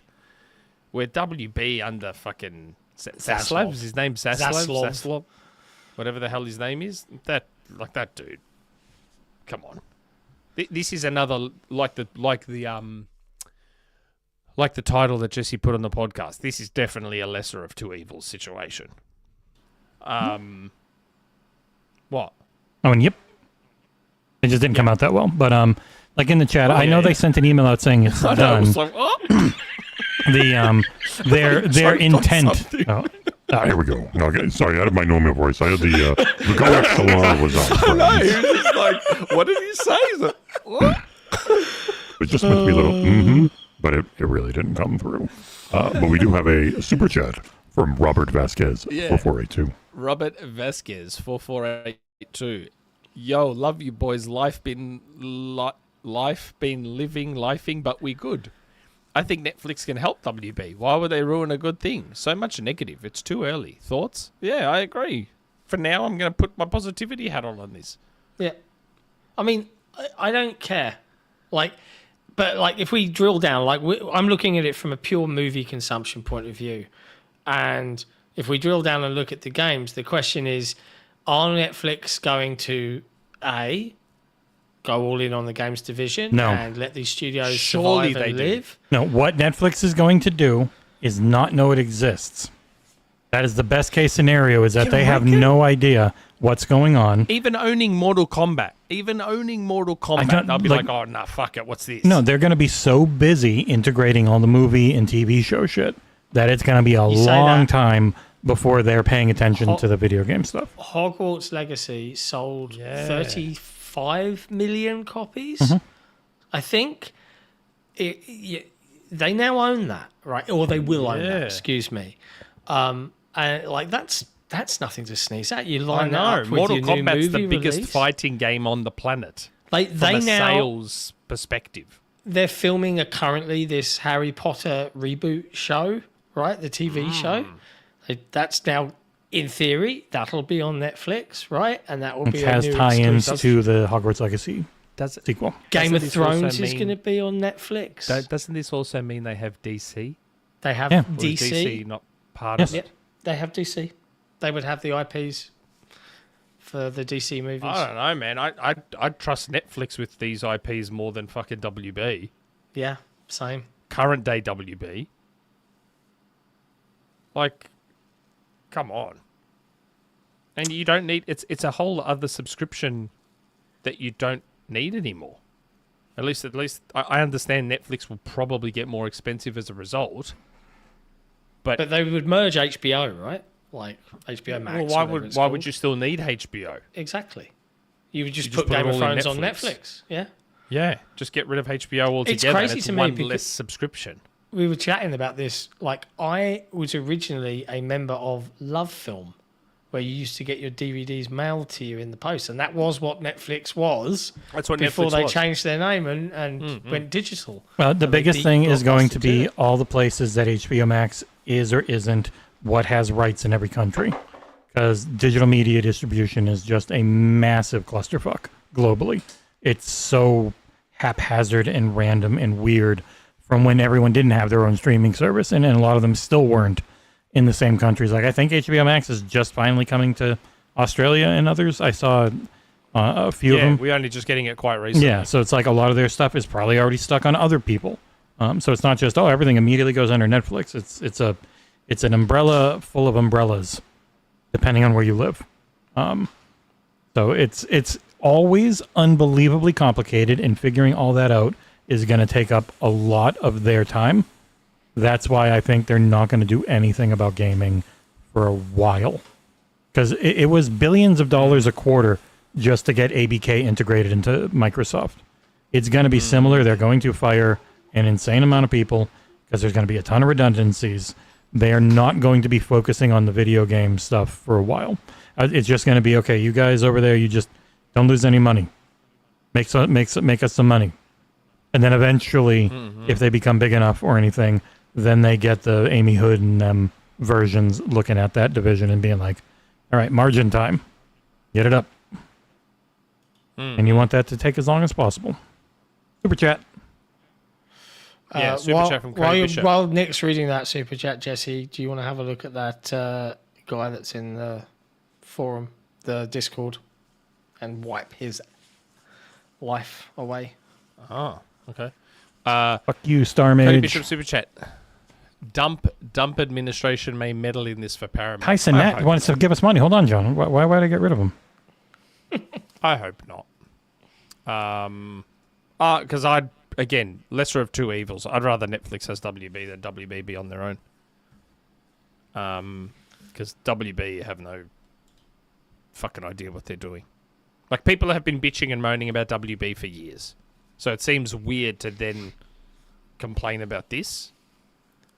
Like, Well, wouldn't you rather Netflix The have reason WB's properties? a lot of the old school folks are complaining is because Netflix films are all bad. Everything's bad. Only go see films at the theatre. That's bullshit. And like That's the reality boomer is- mentality. That's It is boomer mentality. There are some movies that are definitely worth seeing in the theater. Not most Don't of them, though. disagree. I'm gonna I'm be not going- saying that Yeah, no. no movie's worth I know. going to the theatre for. That's not what I'm saying. I'm just saying it's a boomer mentality to say only good movies are at the theatre and streaming movies are shit. That's not. Well, That's it's, actually incorrect. It's also funny that this would have gone through more easily in the last administration, and Microsoft Activision would have gone through more easily in this administration, I think. Because while Lena Khan and the FTC would have tried to fight it, they always end up losing for the most part. But at this time, the Ellisons are just greasing the palms of everyone in the government to the point where there's a chance they can just buy their shit. Yeah. Yeah. Yeah, I don't know. I hope not. I'm it's funny. I'm looking at the chat, and it's just, isn't it funny? Like, Paul in the chat, this deal is just going to be bad all over. It will take a few years, but you'll see the real Netflix. And then someone, MJ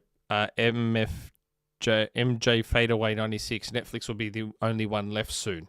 But that's the thing. Netflix were the only one to begin with, and everyone was happy because it was so cheap.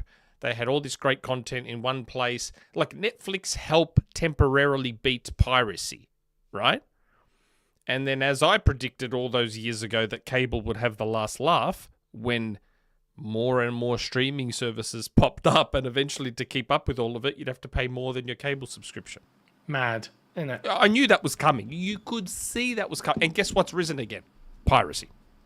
So, like, What? Shouldn't you? I mean, we don't. I'm not saying that's not a thing. I'm just saying I've noticed. I Piracy use is on my the rise. branded streaming services legally Yes. and Yes. professionally. Yes. I mean, I don't subscribe to Netflix anymore, but I do still subscribe to Amazon and Disney Plus, just not Netflix as much. But piracy is back on the rise again because there's so many streaming services and people don't want all their content split amongst so many, and to be paying all that money for so many. So I thought it would be a better thing if it all ends up in one place again, sort of. Because that's Maybe. part of why everyone loved Netflix. Because remember there was a period in time where just everyone had Netflix, like everyone had it. So I don't know if it's quite as bad.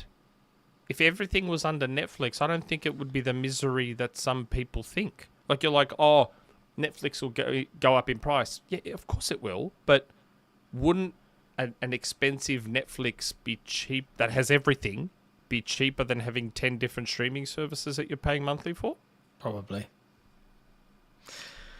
But yeah, I mean, that's I just the don't know, TV like- side of it, though. Like, do you see like they'll own NetherRealm, Rocksteady, Yeah, Warner Rocksteady. Brothers Montreal, and other Warner Brothers studios, TT Games. Like, that's a lot Not of Monolith.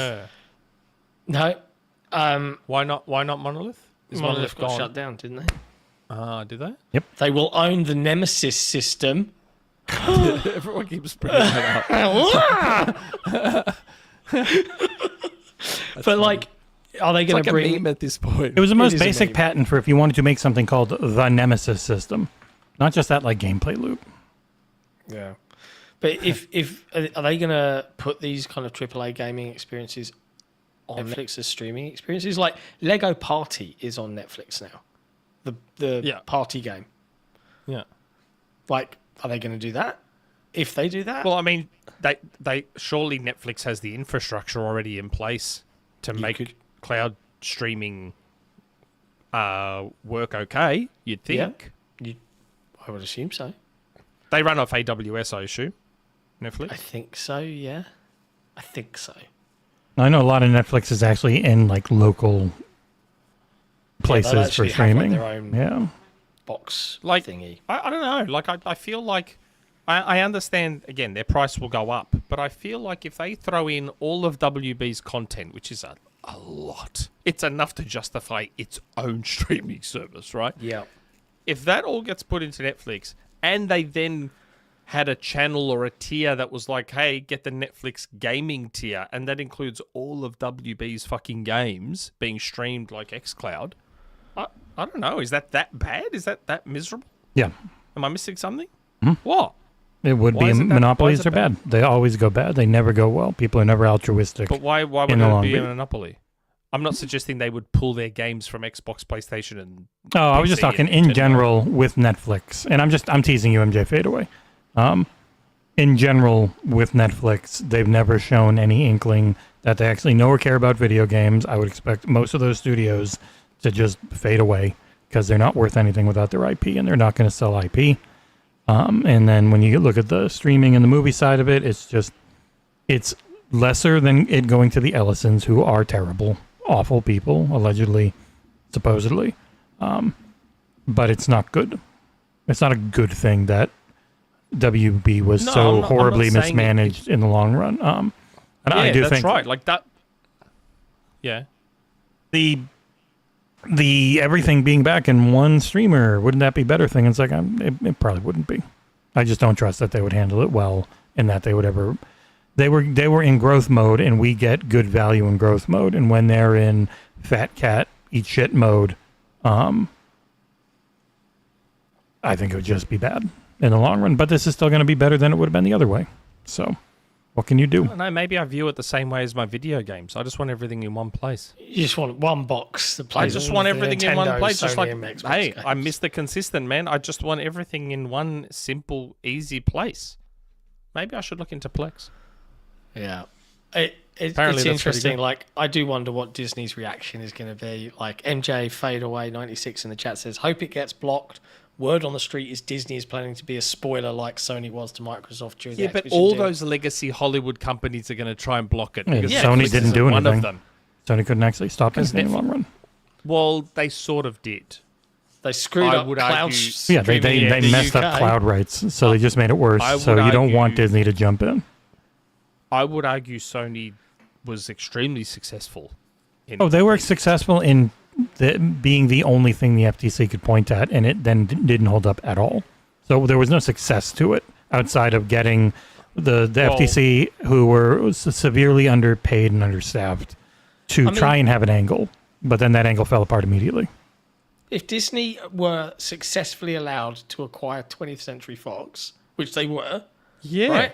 So They why should would not have Netflix be allowed to acquire Same WB? scale. Yeah, I agree. Yeah. They had to That sell makes off no some sense. sports and Good stuff. stuff, but that is also like Okay. they're not buying everything, and they don't have the same stuff. And maybe Netflix has to sell off the gaming stuff. Who knows? Yeah. Like, to me, again, like, if this does go to court, because all the legacy fucking dodgy bastards like Disney and all of them, Paramount and all them want to block it, all Netflix has to do is go, well, hold on. You allowed Fox. You let Disney buy Fox. Why can't we buy WB? I don't give a fuck about the establishment. Fuck the entrenched Hollywood fucking dodgy Illuminati establishment that want to block this, because Netflix is not part of their cabal. So of course they're going to try and block it, because Netflix doesn't give a fuck. If theaters died tomorrow, Netflix would be like, hey, woo, suck shit. Like, Netflix doesn't care. But Disney and all of them, the legacy media companies, they still believe in the theaters, and they still believe in the boomer old school mentality of, all our money has to be made at the theaters.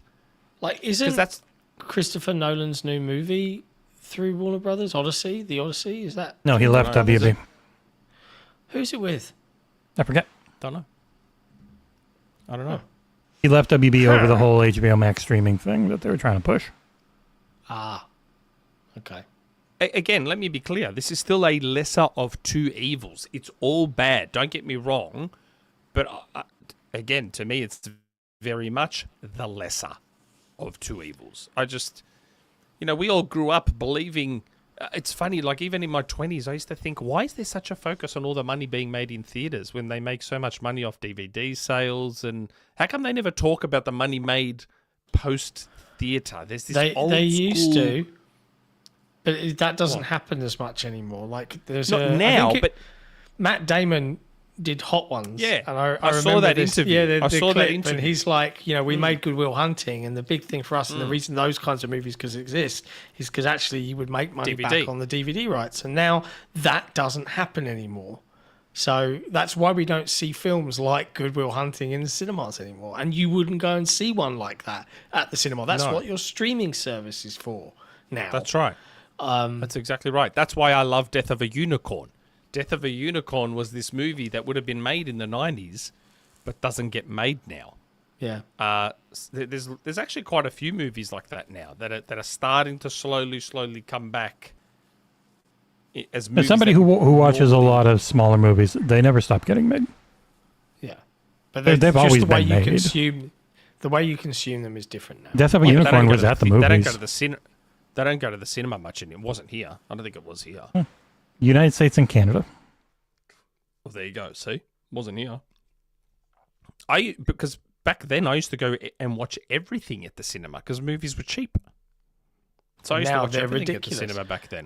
I mean, this gets us on a whole other tangent. Like when I see people going, "Oh, this 5-hour game is $25. Ugh," and I'm like, "That's one cinema ticket to see a 2-hour one movie Correct. that I don't own." Like, Yep. And then, of course, that's you worth will, $25. you will then possibly buy that movie again on Blu-ray or digital later. Yeah. A movie you've already seen. So again, another reason why I find the game's pricing argument weird.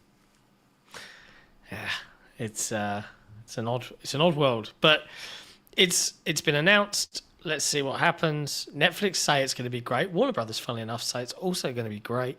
Will it be great? We'll find out in 12 to 18 Sounds like months. another big acquisition that happened in the last couple of years. Yeah. Fucking hell. That one I didn't want to go through, to be fair. I used to fight with everyone because I said I didn't want it to go through. This one I would have less of a problem with. Yeah. As someone who wants everything in one place. Yeah.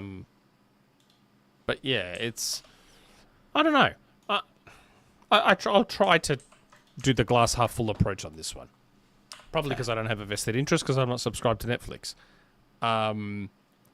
But hopefully with the gaming stuff, doesn't get... Like, remember what happened when Amazon bought a couple of studios? Like, Yep. I'm still devastated about Double Helix.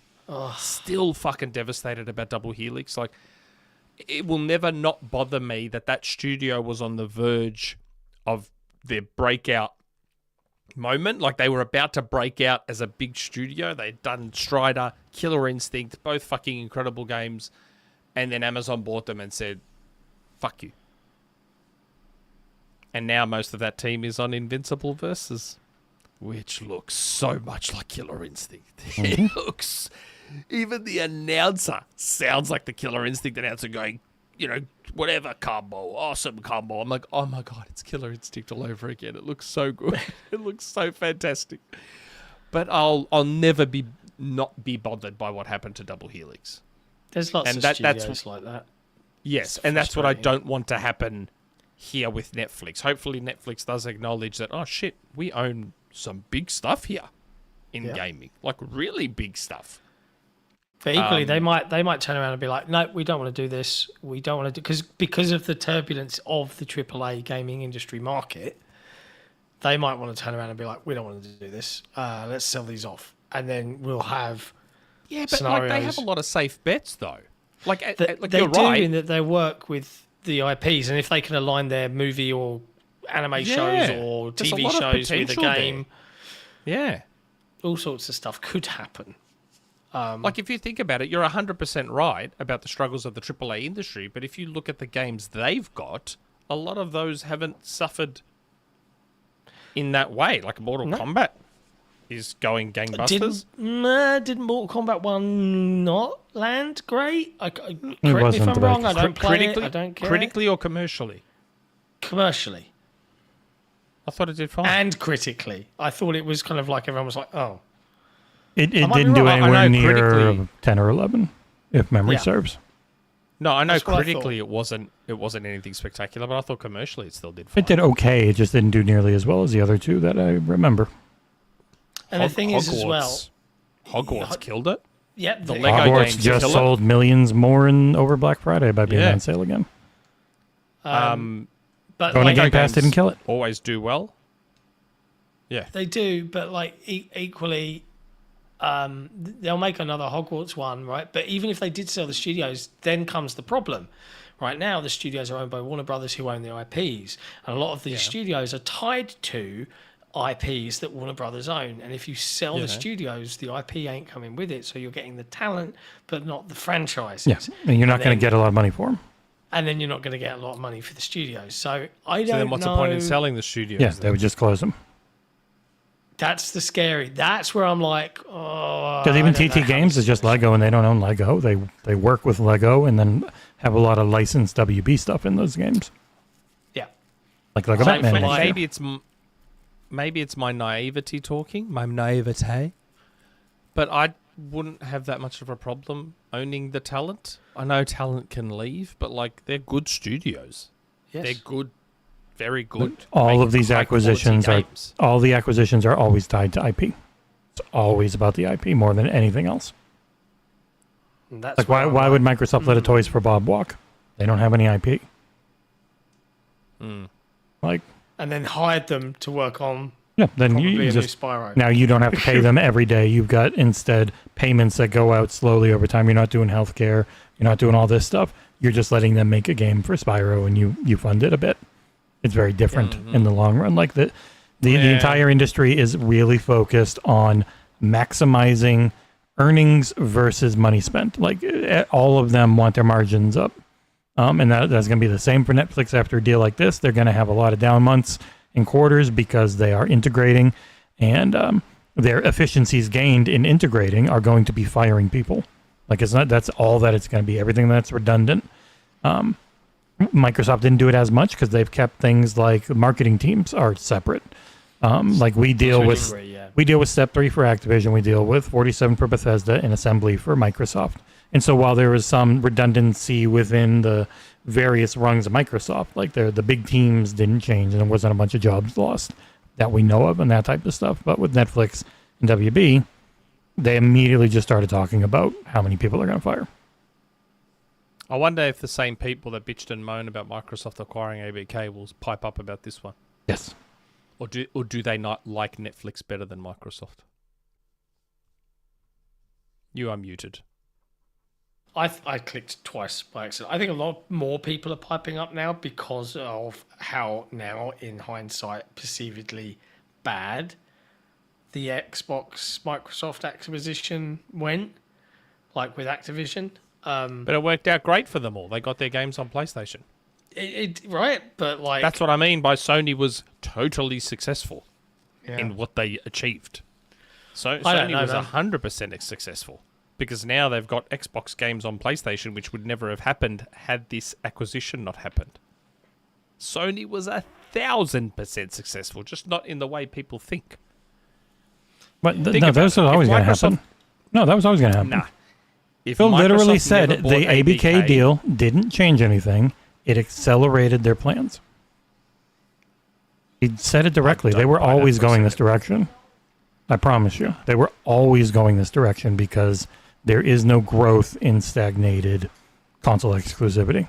They were always doing this. It wasn't a changer. It was an accelerator.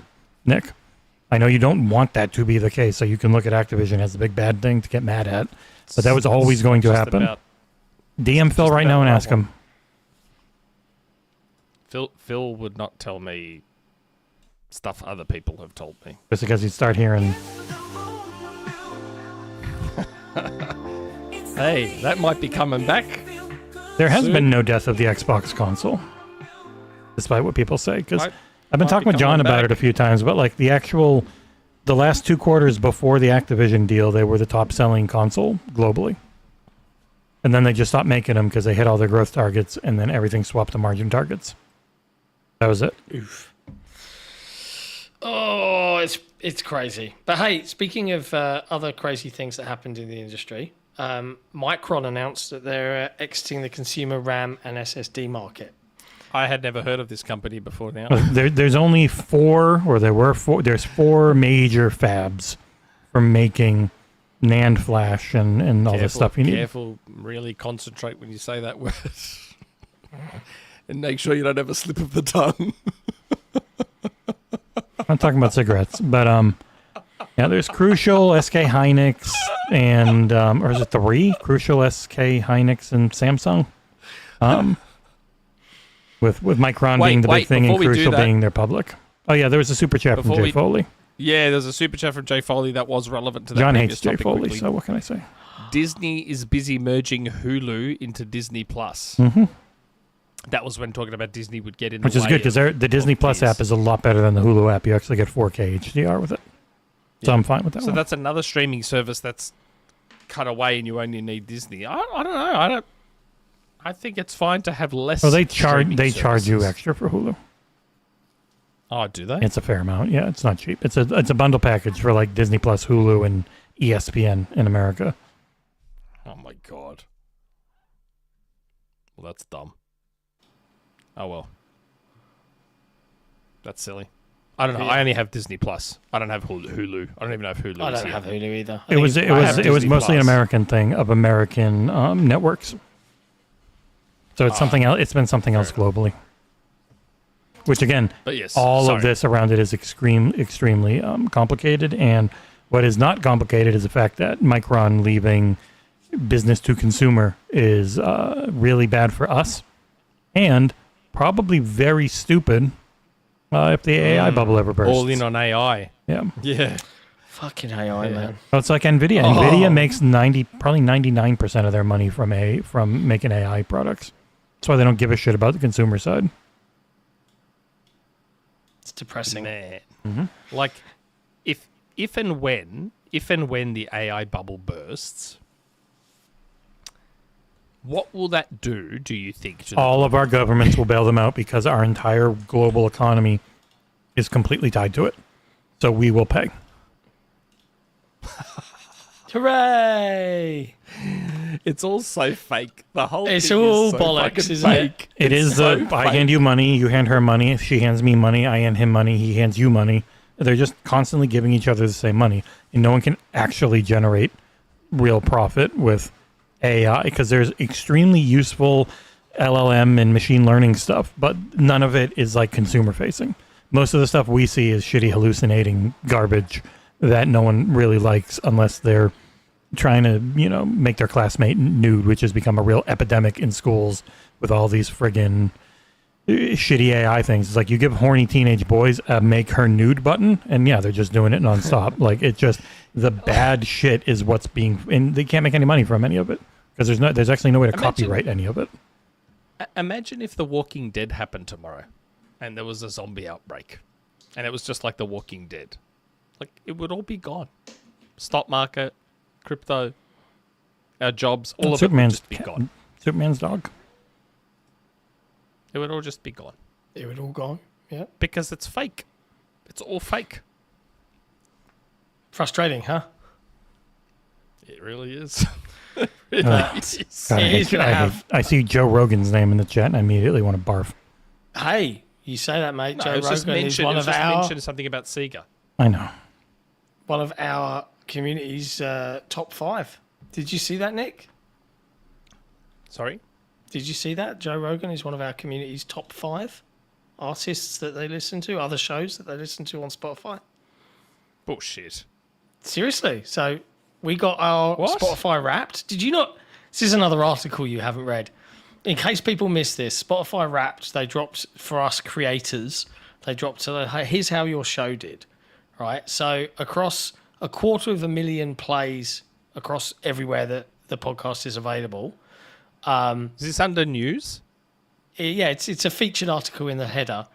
The top episode for the XboxEra podcast in 2025 was episode 250. Thank you very much, Mr. Phil? Gaming CEO Phil Spencer. Phil Spencer. And the cool stats are these, right? This is in case people missed this. I talked about this on Why headlines. can't I find the article? It's there. It's got our faces on it. The XboxEra podcast is in, again, for the second year in the running, in the top 5% of video podcasts on Spotify. It's listened to now in over 60 countries worldwide. Our fans have an eclectic taste in music, with the top 5 artists listened to by our audience being Drake, Eminem, Taylor Swift, Kendrick Lamar, and Linkin Park. I'm not judging any of you. And we're in mostly good company. Our audience listen to other shows, the top 5 there being our good friends Jez and Rand over at the Xbox 2, Kind of Funny Games Daily and Kind of Funny Gamescast, the Joe Rogan Experience, and Defining Duke, an Xbox podcast. And this is the real kicker for me that blows me away. According to Spotify, fans listen to the XboxEra podcast for longer than 98% of other shows, and we received 98% more comments on Spotify than other shows. Oh. And that's also why our growth outpaces 81% of other shows on Spotify. Do we moderate That our is comments there? fucking bananas. On Spotify, yes. You moderate it? Yeah, Wow. Okay. I do. I don't let the awful stuff on. Thank you. God, the way you said it originally, and maybe put it down to me not being as smart Australian. as I used to be and not listening properly, but the way you said it at first was I thought you were saying that Joe Rogan listens to us. No, mate. He doesn't know who the fuck we are. That's why I was so thrown. I thought you were saying that we were in Joe Rogan's top 5, and I'm like, are we? What? Yeah, I was like, I totally misunderstood what you were saying. Yeah, no, mate. No. Joe Rogan listens to us? I'm like, I find that very difficult to believe. You are quite right. But yeah, like I saw those stats and I'm sitting there, I'm genuinely dumbfounded. Like that is some seriously good numbers. Like genuinely good. So big thank you to all of you guys listening right now, because that's amazing. But you know who does listen to us is Theo Vaughn. Yeah, sure. It would behoove us. Who? I don't know. He's the third biggest podcaster on Spotify. Oh. Comedian. He's not funny. I think he's also in Austin, Texas. Seems shitty. But I would love it if people could leave a review. If you're listening to us on Spotify right now, do leave a review. Get those numbers. We're dealing with rookie numbers right now. Matthew McConaughey is not pleased. He wants better numbers. Got to pump those numbers up. Got to pump them up. Yeah, and then there's he's some in other Tennessee. bits, Okay, that makes more sense with his accent. bits and pieces in video game news this week. We saw the reveal of the God Slayer, which was announced for PC, PS5, and Xbox, part of Sony's Hero China. It is still, and people have been really pushing back against the reporting that it's still in the China Hero Project. They're like, it wouldn't be there. Sony's not publishing it because Sony doesn't publish all the China Hero projects. They did one of them. They chose Lost Soul aside, which they probably shouldn't have. But the God Slayer is coming from the My Time at Portia devs. Really big step up for them. My Time at Porsche? Yep. And My Time at Sandrock. I believe our own Ursula Soul Lasers Masudi actually did cover one of those. Not the other one that he was supposed to. But this game is more of a big old action RPG, Avatar, The Last Airbender style thing, where you can like manipulate wood and fire and water and stuff. Like you see it in the environment, and you can press a button and then just send shit flying at people, pull down giant towers, shoot flames out of your hands against. How to manipulate wood. All right. It looks really cool, and unlike most China Hero Project games, it is coming to Game Pass. Xbox, not Game Pass. It is coming to Xbox, which has not been the norm. It's the room. But also, like, Fist, Forged in Shadow Torch was a China Hero Project game, and it came to Xbox, and that one actually did go to Game Pass, I think. Yeah, this looks really cool. It's only 2 years in dev, so it's probably going to be another couple years before it's actually out. But it looks like a hack and slash game, Nick. Like if you actually it's an action game. It's not a Souls-like or anything. It looks fun. Like not like it looks all right. We're going to punish you for playing. Most games are not Souls-like. Yeah. They're really not. Like lock-on combat isn't Souls-like. No, I know. But it looks cool. It looks all right. Really cool. Yeah. We also, and this was like the best news of like December for me, Replaced has a fucking release date. Finally. March. Delighted. I cannot wait. And they've never given it a date before. It's only ever been a thing like in expected from financial reports. So people are like, are they going to actually release it? And it's like, I think so. I don't think they would have dated it at this point. And after we talked to them at Gamescom, and I got to play it there, and John, I know, got a demo build. It's like they were waiting until they knew for sure. Because it just kept getting bigger and bigger with more of a team behind it. It looks amazing. It played real well. I'm super duper intrigued. There's already a ridiculous amount of games announced for Game Pass next year.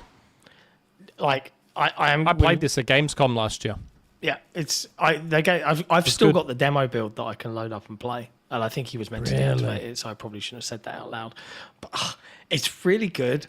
But like I was chatting to the lead, the head of Sad Cat Studios, and I sent him a little message like, "Congrats on the date! Very excited! Can't wait to get hands on." And he said you're banned. No hands on. How much they have rebuilt entire scenes and environments from the very first time we saw it, and how much effort has gone and refinement. And that's because he is a massive perfectionist and wants this to be as good as it can possibly be. So I feel like when the time comes, we are in for a treat. And a lot of people don't comment on it, but the whole game is presented in a 21:9 ratio.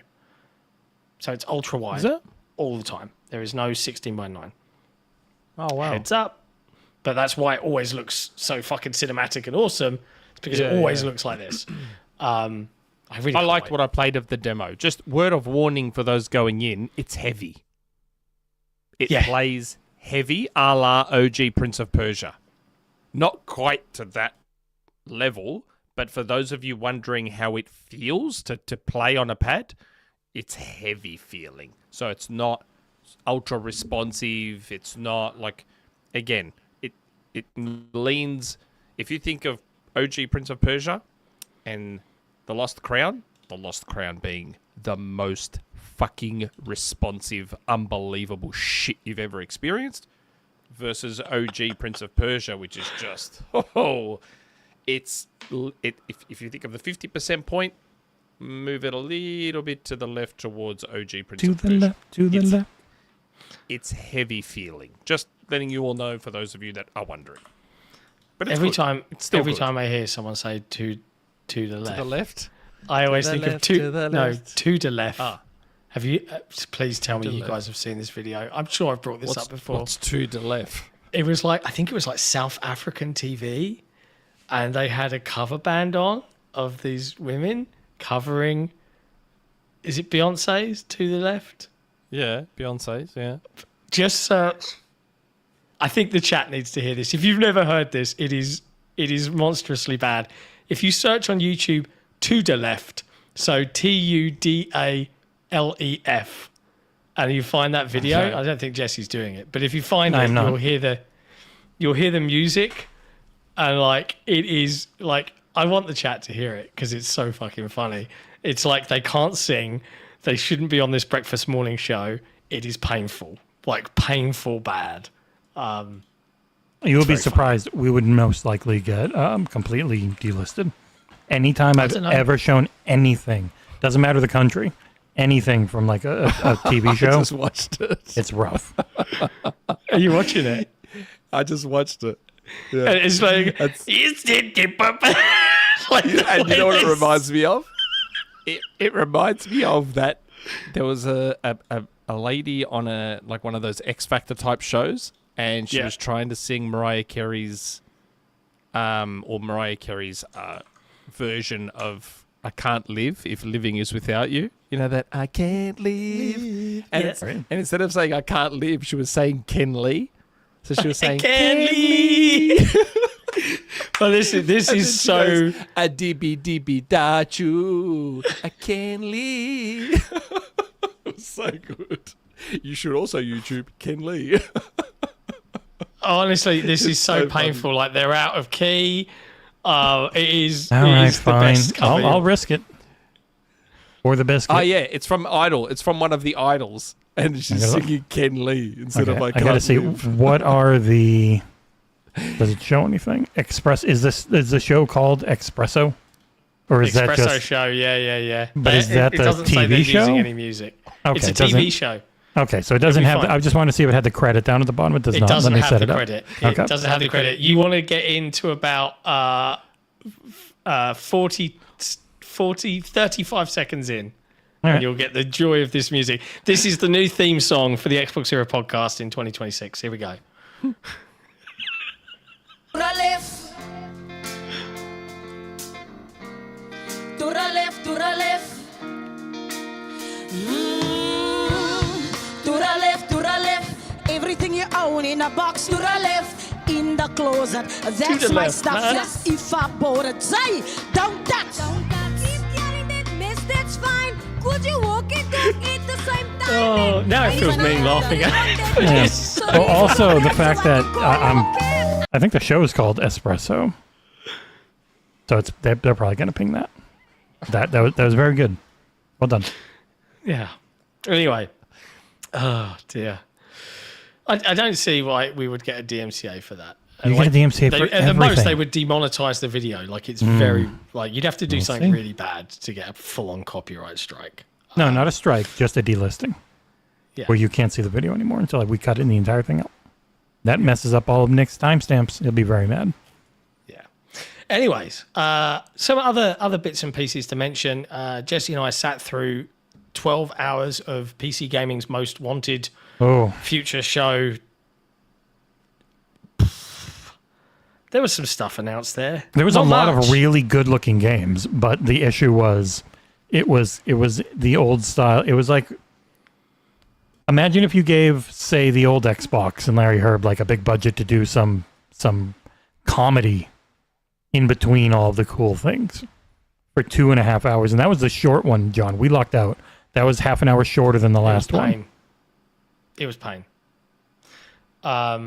Yeah, there was some stuff there. Like, my mind has erased a lot of it because it was so painful to sit through as a show. You would have loved it, Nick. Like, some patrons that were watching with us and stuck with us throughout were like, I want a special episode where Nick has to rewatch this entire show. You would have hated Wasn't it. that bad? It was pretty rough, bro. Do you remember the banter from like Inside Xbox back in the day? Like, hey, Larry, let's talk about this and make a God. joke. It was like that. The everything added 1,000. article from them is just their numbers, so it was the most wanted, the top 25 voted games. So it's missing almost every like major actual important thing people would care about. Like it had Marvel's Blade there, and it's like, but in some of the games would then have someone talk and say, "Hey, thanks for letting us do it," and none of them really had any new thing to show.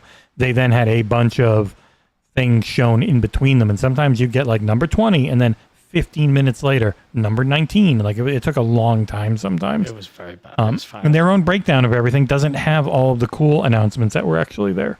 And like the game that won just happened to be the one that gave them a whole dev diary and a release date with Slay the Spire 2.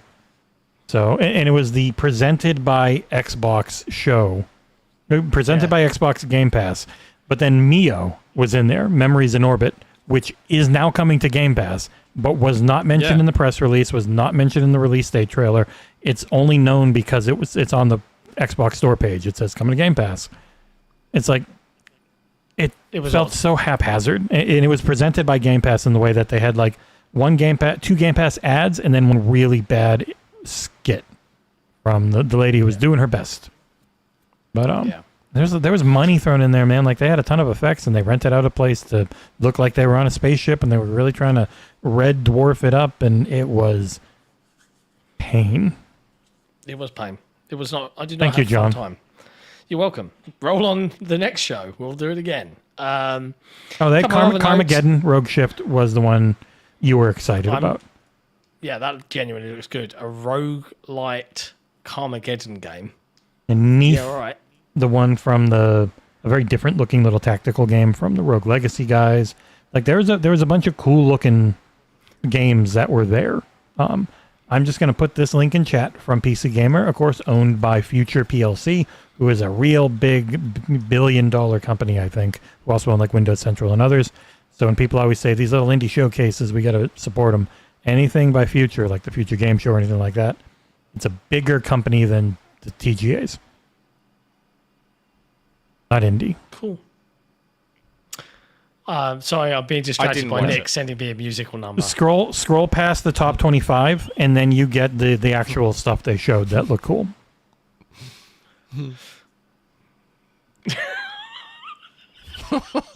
Sorry. Very professional. Just blame Nick. Blame Nick for my outburst. I apologise. Oh, God. Oh, the build-up was Are we worth it. going to talk about Splinter Cell? Yeah, the original director's back. Yeah, he's back. That's a good sign, isn't it? That doesn't happen often, does it? It doesn't happen often. Like, what happened there, though? Why did he leave? Why did he come back? Yeah. Like, he says he's But delighted then to Rod be Ferguson did something similar, didn't he?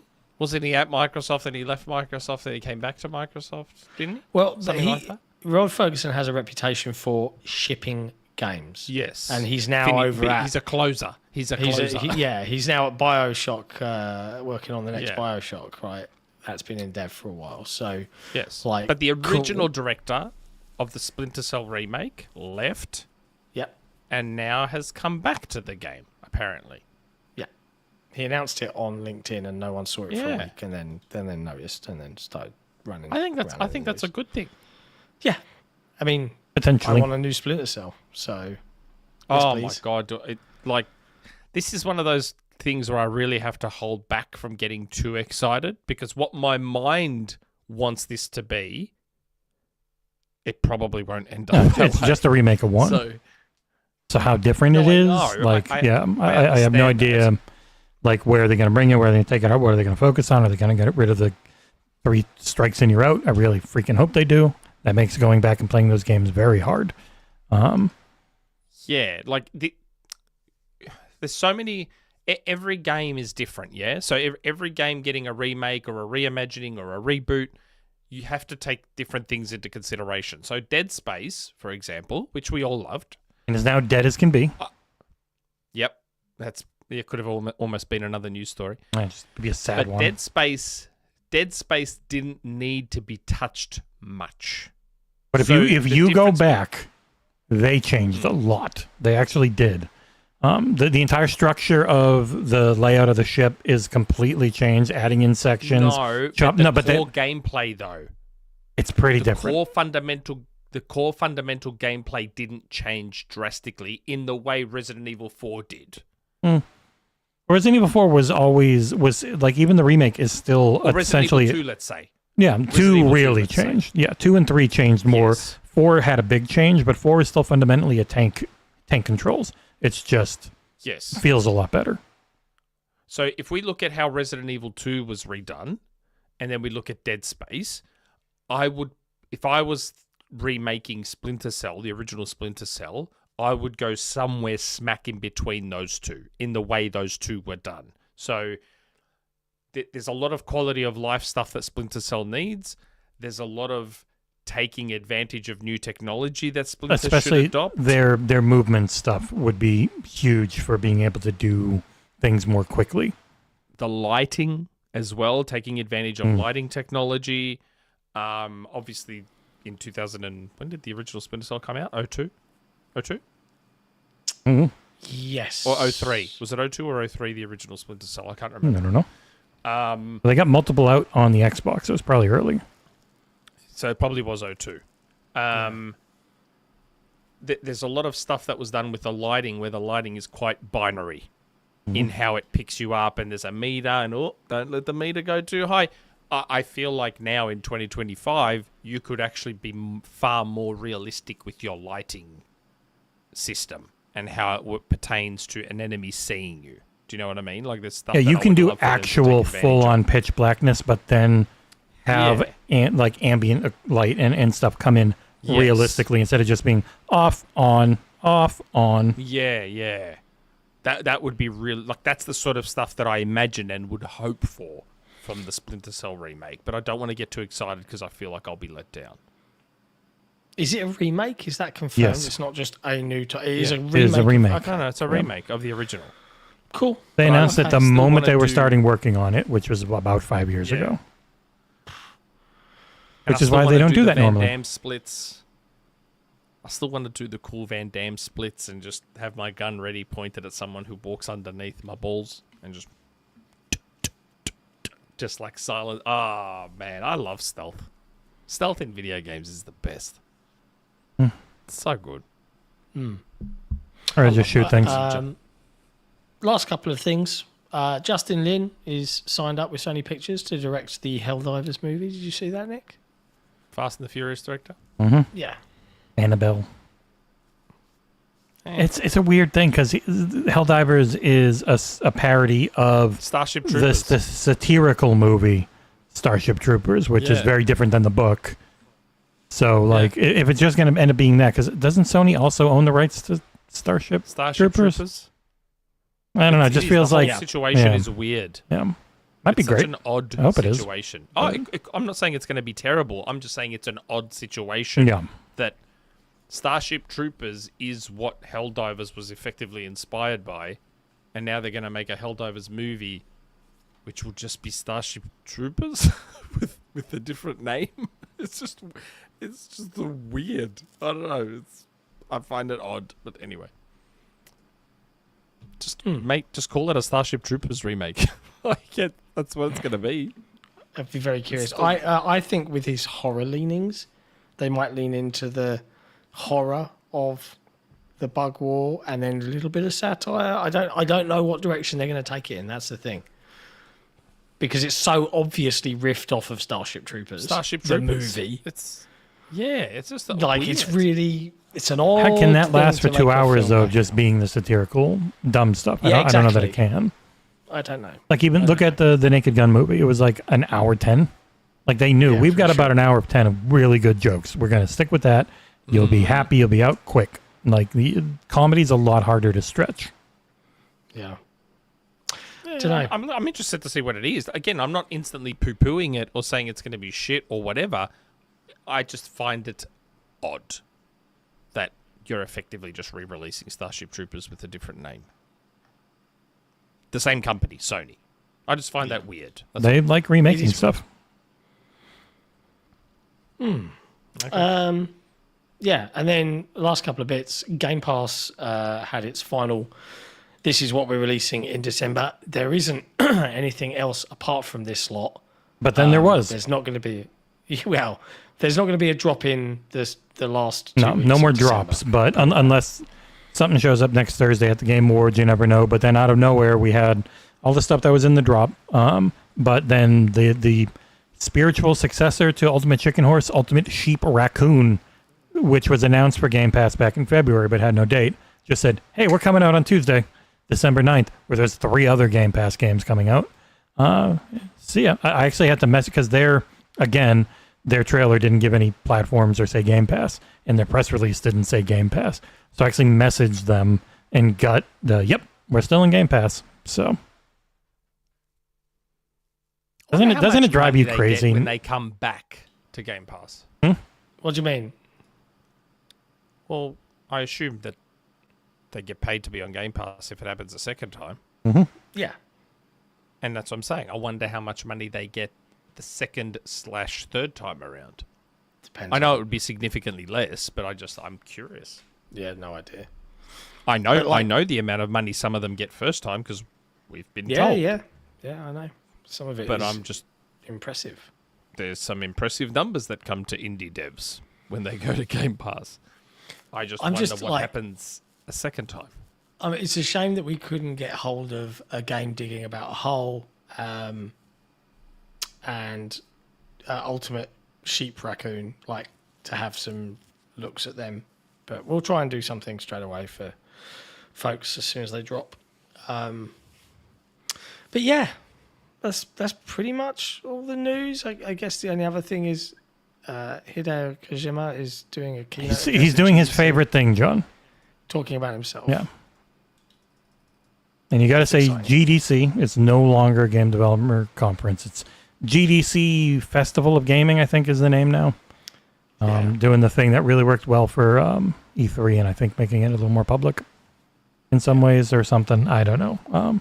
But he'll be there. He'll be giving their first keynote, I think in a very long time, to reflect on his time in gaming, about him and making a studio and all that type of stuff. I'm sure people that are in the industry will be very interested to hear how it's gone for him at his self-named company. Now, And before we go to don't read the comments, we aren't going We to don't. read the There's comments 'cause literally we been didn't nothing. actually have any horrid comments this week. It's been delightful. so some slightly breaking, not news. Is he trying to do a whatever you rumor call mill? this. Keep No. on that mute button. Just saw the boys' Twitter account tweet the trailer for the final season of The Boys. Final season. I've still not watched season 4 yet, man. I really need to get around to that. The Boys is good. I like It it. was- Don't read yeah. the comic. It's terrible. Yeah. They've changed. The comic is almost Show's good. nothing like the show. The show fixes all the problems that the guy who just really hated everything. But yeah, so if you want to go check it out, check Will. it out. Well, actually, I won't because I haven't seen season 4. So Oh, okay. I'll ignore it. I have been watching Stranger Things, final season. My son and I set aside some time. We watched one every night this week. And, man, Netflix went all out. Like, there's some... They did. 480 stuff. million bucks for the final season, I think. It's I funny haven't seen the because 4th episode yet. I promised him, Nick, that we'd watch the last episode of this drop before Boxing Day.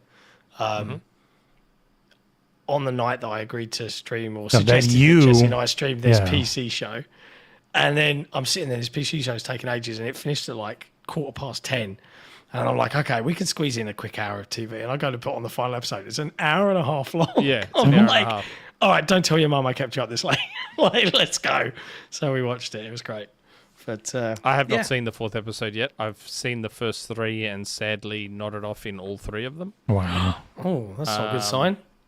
Yeah, we keep watching them really late. I don't know why, but we keep watching them really late. So I keep nodding off. And I don't know if that's a sign that I'm not enjoying them that much. But because I watched 3 episodes of Loot last night and didn't fall asleep in any of those. Yeah, I don't know. Couldn't say. Tell your brother, because I know he's watching. Tell your brother Jesse to watch Loot on Apple TV. Nope. I refuse. Why? I mean, he's right in chat. He just heard you. Yeah, I know. I don't have to say anything. Though, anyway. Nope. Because I know he likes Apple TV, thanks to my influence. The shot filmed at The One, ridiculously over-the-top home in Beverly Hills that is much more a hotel that a guy just went into massive debt and eventually went bankrupt and couldn't pay for it. And so it's worth $500,000 and it sold for like $150, $20. I think travel like Loot. Loot is I guess it's them being smartasses and not making fun of Jeff Bezos. It's basically like it's a show. Maya Rudolph is effectively Jeff Bezos's wife post-divorce. That's kind of what they make. If she was a jerk and wasn't just giving it all to charity. Well, no. In this show, she is a nice person. Oh, she is? Okay. Maya Rudolph's character is ultimately a nice person. Oh, all right. And that's the beauty of it. So it's about her life post-divorcing a fake Jeff Bezos, who's a real fucking jerk-off in this show. It's good. They're up to the 3rd season. I don't know if they've been renewed for a 4th, but they're up to the 3rd season. The 3rd season's just come out recently. It's a comedy. It's a comedy. And it's good. I really, really enjoy it. Speaking of 3rd seasons, I forgot that Fallout was already renewed because I went to look and see and it was like, yep, already is. I was like, yeah. Oh, yeah, Fallout Season 2 very soon. Yep, 18th or 17th, I think, and then it's a weekly until early February. Exciting. Yeah. I think travel much like good Loot. stuff. Watch Loot on Apple TV. I genuine. It's very funny. But I like Maya Rudolph a lot, so that helps. Cool. She's funny as.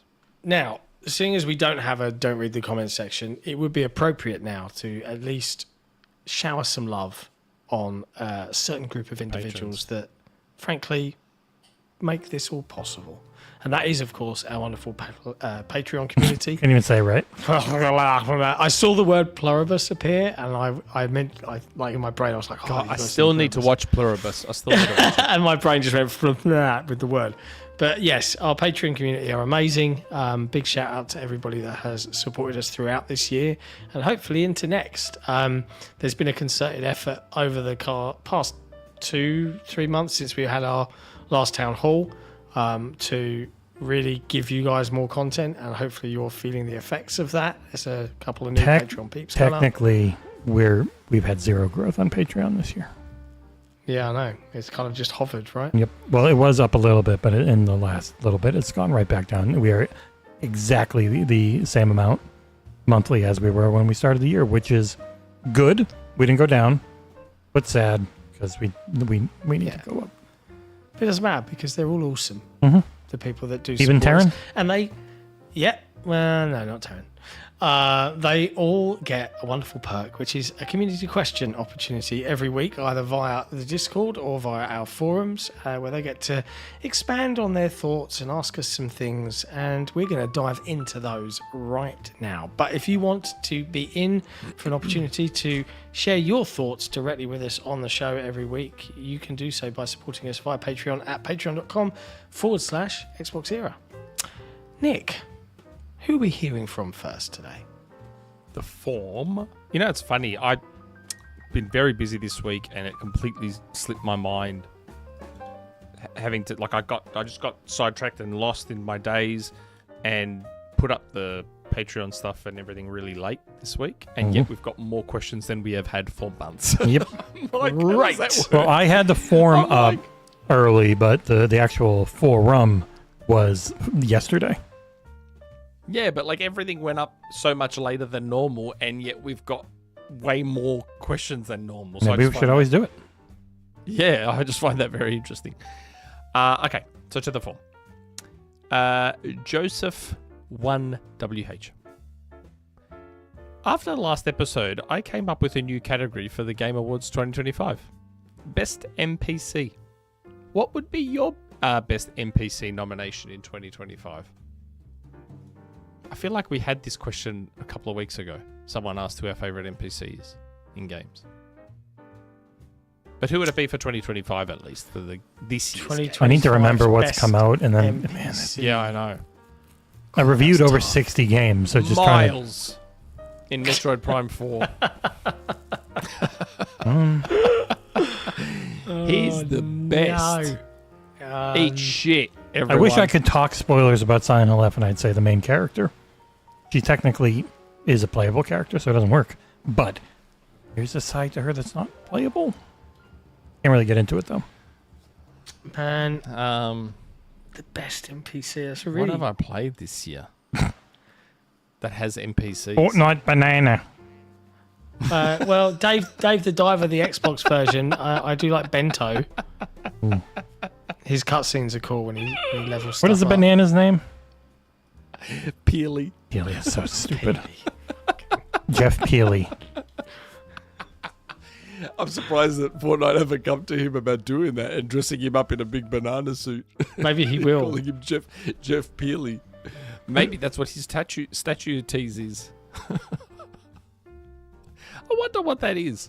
It really looks like the Lords of the Fallen key art. But then Jason Schreier is like, but it's a really cool thing. And it's like, I don't think he likes Lords of the Fallen. So I'm confused. But it looks exactly like it's a Sony it. game. But it also, it looks exactly like it. It's got the teeth and everything.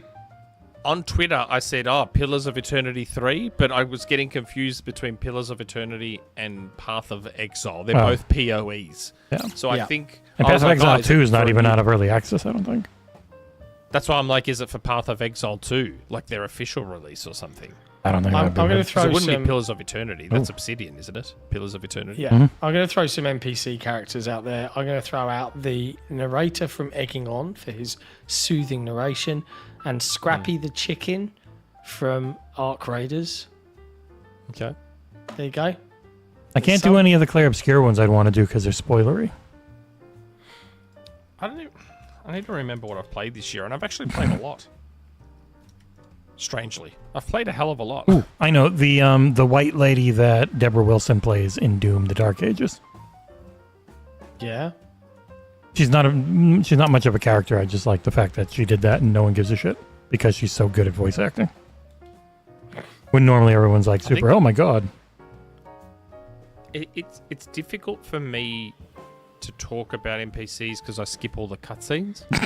So unless the NPC is like in the game, like Miles is in Metroid, unless they're like part of the game and talking to me while I'm playing and shit, I'm not really gonna know anything about the NPCs in games. Do you never get frustrated by that where you're like, what is going on? Why am I doing this? Does that never bother you? I don't want to watch movies. Not really. So even though I was joking, it could actually be Miles from Metroid Prime 4, the person that everyone hates. Yeah, but I've got like the next NPC. I've quote unquote unlocked the next NPC in Metroid Prime 4, and he's like, I don't know who his voice actor is, but he sounds really like boring and robotic. Like where Miles has a little bit of that personality. I know it's Marvel personality, but he still has that in him at least. You could just give the award to Jan in the Altars, but not the one that you play, because it's all the other Jans. I haven't played the Altars. It's a strategy sim thingy. Yeah, let me look really quick. We're spending, for having like 10 questions, we're spending way too long on this, but still I want to look. Yeah, I agree. Probably are. Nope, but we didn't do anything else. Oh, I know. I'm looking I'm at literally games. scrolling through. The giant version of Michael Rooker in Black Ops 7.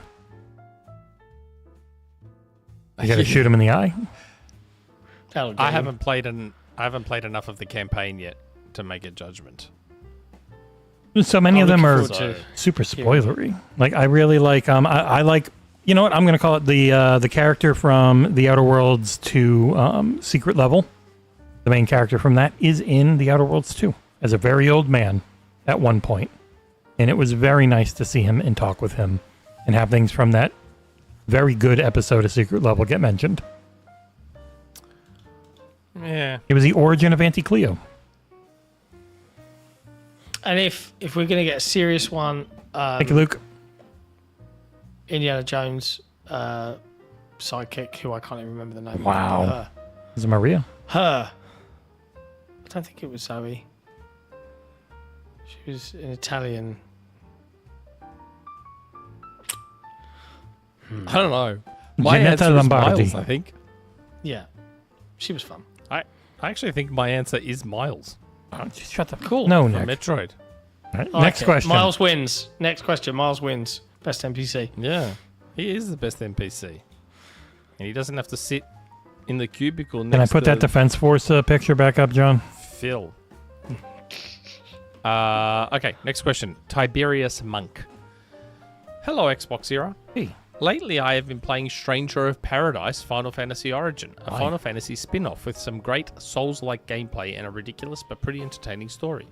I went in with zero expectations, but I am having a great time with it. And it made me a believer that Square Enix should make more Final Fantasy spin-offs in the future. Chaos. My question for you has 3 parts. Number 1, name a video game spin-off you've enjoyed and why. Number 2, name a video game spin-off you did not enjoy and why. 3, name a video game spin-off you'd love to see someday and why. Keep up the great work. I am looking forward to all your coverage of the Game Awards. Ciao. Chaos. This is a game this is a spin-off you question. enjoyed. I Mario must fight Tennis. chaos. Oh man, it's so easy if you're a Nintendo fan. Oh, Halo Wars. Hello. Halo Yeah. Wars. That's a Halo spin-off, Wars. isn't it? Yeah, it is a spin-off. Halo Wars. And I don't even like RTSs. And Halo Wars 1 was fantastic. I prefer 2 because of the main menu music. Spin-off I didn't enjoy. Didn't enjoy. Mario Tennis. TMNT Tactical Breakdown. Fable More recent ones. Journey. Fable Legends, for those that play it. It didn't release. It Elden didn't Ring, release. Night Rain. Okay. Wasn't Yeah, for me, fair. and I love Elden Ring, but I don't have 2 people to play with voice comms, and it's the only way to enjoy that game. Video game spin-off we'd love to see. A Halo Flood Love this. survival No. horror. A Halo Mass Effect science fiction big RPG. More than the survival horror one for me. Fair. $300 billion see- budget. The God of War Metroidvania that's coming. I want to see Peter. that. Okay, do a Halo Metroidvania. I'll take that. That would work Metroid so Prime already well. exists, and it's like a Halo game. Yeah, Halo Metroidvania would be fucking. Especially if you've got the grappling hook at some point. Yeah. Haloid. A Haloid. A Halo Metroidvania. Halo, it would Haloid. be Name. it would be so good. Haloidvania. Yeah, Haloid Prime. Yeah, a Halo Metroidvania, even a 2D one, would be incredible if done properly. If you think about all the abilities that the Chief can get, and sometimes has, and put that into a Metroidvania that he has to unlock those abilities to get through the... Oh, man, that could be really fucking good. Plasma grenades, frag grenades, grappling hook. You probably wouldn't do armor lock. But, yeah, it's all sorts of possibilities with the fucking Halo one. Be awesome. Halo Kart. A Covenant energy blade wielding Dark Souls game. Make Nick and John play it. Can't skip cutscenes. Must beat it. Hard as balls. Oh, yeah. How No about easy mode. Trying to think if there's anything else. God, it's one of those questions where you think of good stuff later. You can't think of it in the moment. You'll be laying in bed and be like, yeah, and you'll be like, oh, yes. I will say, Turn the show back on. as per what TiberiusMonk wrote here, looking forward to our coverage of the Game Awards. So the current plan is we are live streaming the Game Awards. I am going to get up at midnight and join Jesse and Arsal for the full show and then go to bed at 4 a.m. Should be fun. We'll be writing up the news whilst we're watching, so it should be an interesting time. But yeah, there you go. I'll probably be able to jump in. Yep. Not from the Be fun. start. It would be later, but yeah. Because I am working, sadly. If only this was my work. Oh well. Yeah, Avowed was a fantastic spin-off from Pillars of Eternity. Oh, yeah. Next question. Jay Foley. Nick, I know you have been playing Metroid Prime 4. I sure have. I've played it more than Jeff Grubb. And probably didn't realize it, but there is a statue sitting out in the Mojave, and it got me thinking. Could this game be bigger than or of equal aura of GTA 6? Wait. Nick, I haven't forgot about your tweet. What would you guys want the game to be or think it might be? My heart is telling me it's a FromSoft game, and with that, oh my, Dark Souls 4 would be incredible, just saying. Also, when is a town hall being planned? I thought we were supposed to have one last month. Have a good day, you. A Dark Souls, a FromSoft game might be big, but it would be a fart in the wind compared to GTA. Yeah. Yeah, I don't think whatever this game is going to be anywhere near GTA 6. The only thing that I thought could steal hype from GTA 6, and that was my tweet, was Half-Life 3. And that's what my tweet was about. It was about, I'm saying it straight up, it was about Half-Life 3. Because I saw a couple of people subtweet me. There's one particular person who subtweets me a lot in a real arsehole-y way. I'm not going to name them because I'm not that much of an asshole. But they subtweet me a lot. And they basically took my tweet and made fun of it. And I'm like, why would you do that? Like, I'm going to say what it is, whether it happens or not. I think I'm quite transparent. And I flat out said it was about Half-Life 3. So someone reached out to me and said, yeah, Steam is revealing their console this week. And then next week, they're supposed to be revealing Half-Life 3. Is their name Mike Straw? No. Because he's been talking, him and Tom and all them have been talking Mike has about too. that a lot. And Mike and I have been talking behind the scenes about it. And I've told him, I'm like, for what it's worth, dude, this is what I've heard. And he's like, yeah, I've heard the same. So it could be a leak hunt. It could all be a leak hunt too. But yeah, my tweet about something stealing hype from GTA 6 was Half-Life 3. And don't even act like it couldn't, because yes, it could. That doesn't mean it's bigger than GTA 6, and that doesn't mean it'll sell more or anything like that. But Half-Life 3 is a fucking unicorn. It's this mythical thing that in the hardcore sphere, yes, would very much steal hype from GTA 6.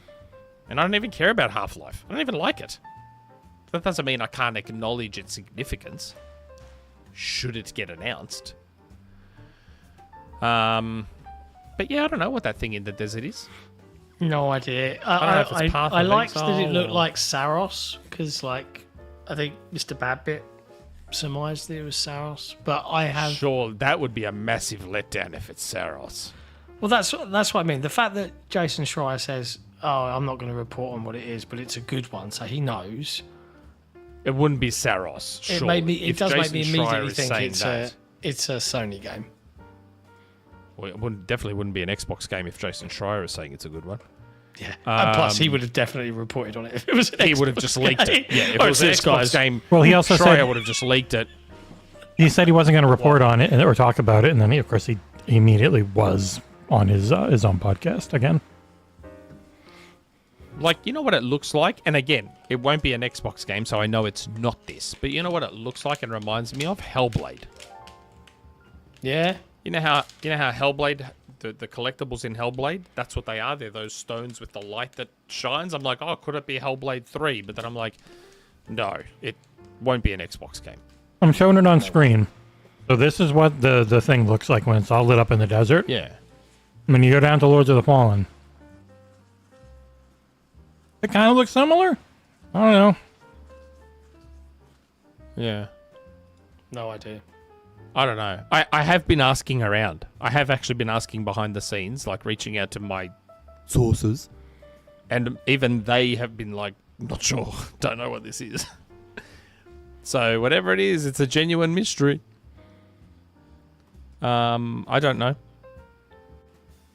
I have no idea. But it definitely has that gothic, fantastical vibe about it. So, Yeah. don't know. We'll see. Maybe it's the sequel to Halo Infinite. Because Didact. Return. Jason Schreier would have been like, I know what it is. It's shit. If it was something from Xbox. You know that much. Okay. Next question. TheCucumbo. This is a new person. TheCucumbo. Hey crew. Hope your December's going well. In keeping with the season, my question is, which games feel the most festive to you?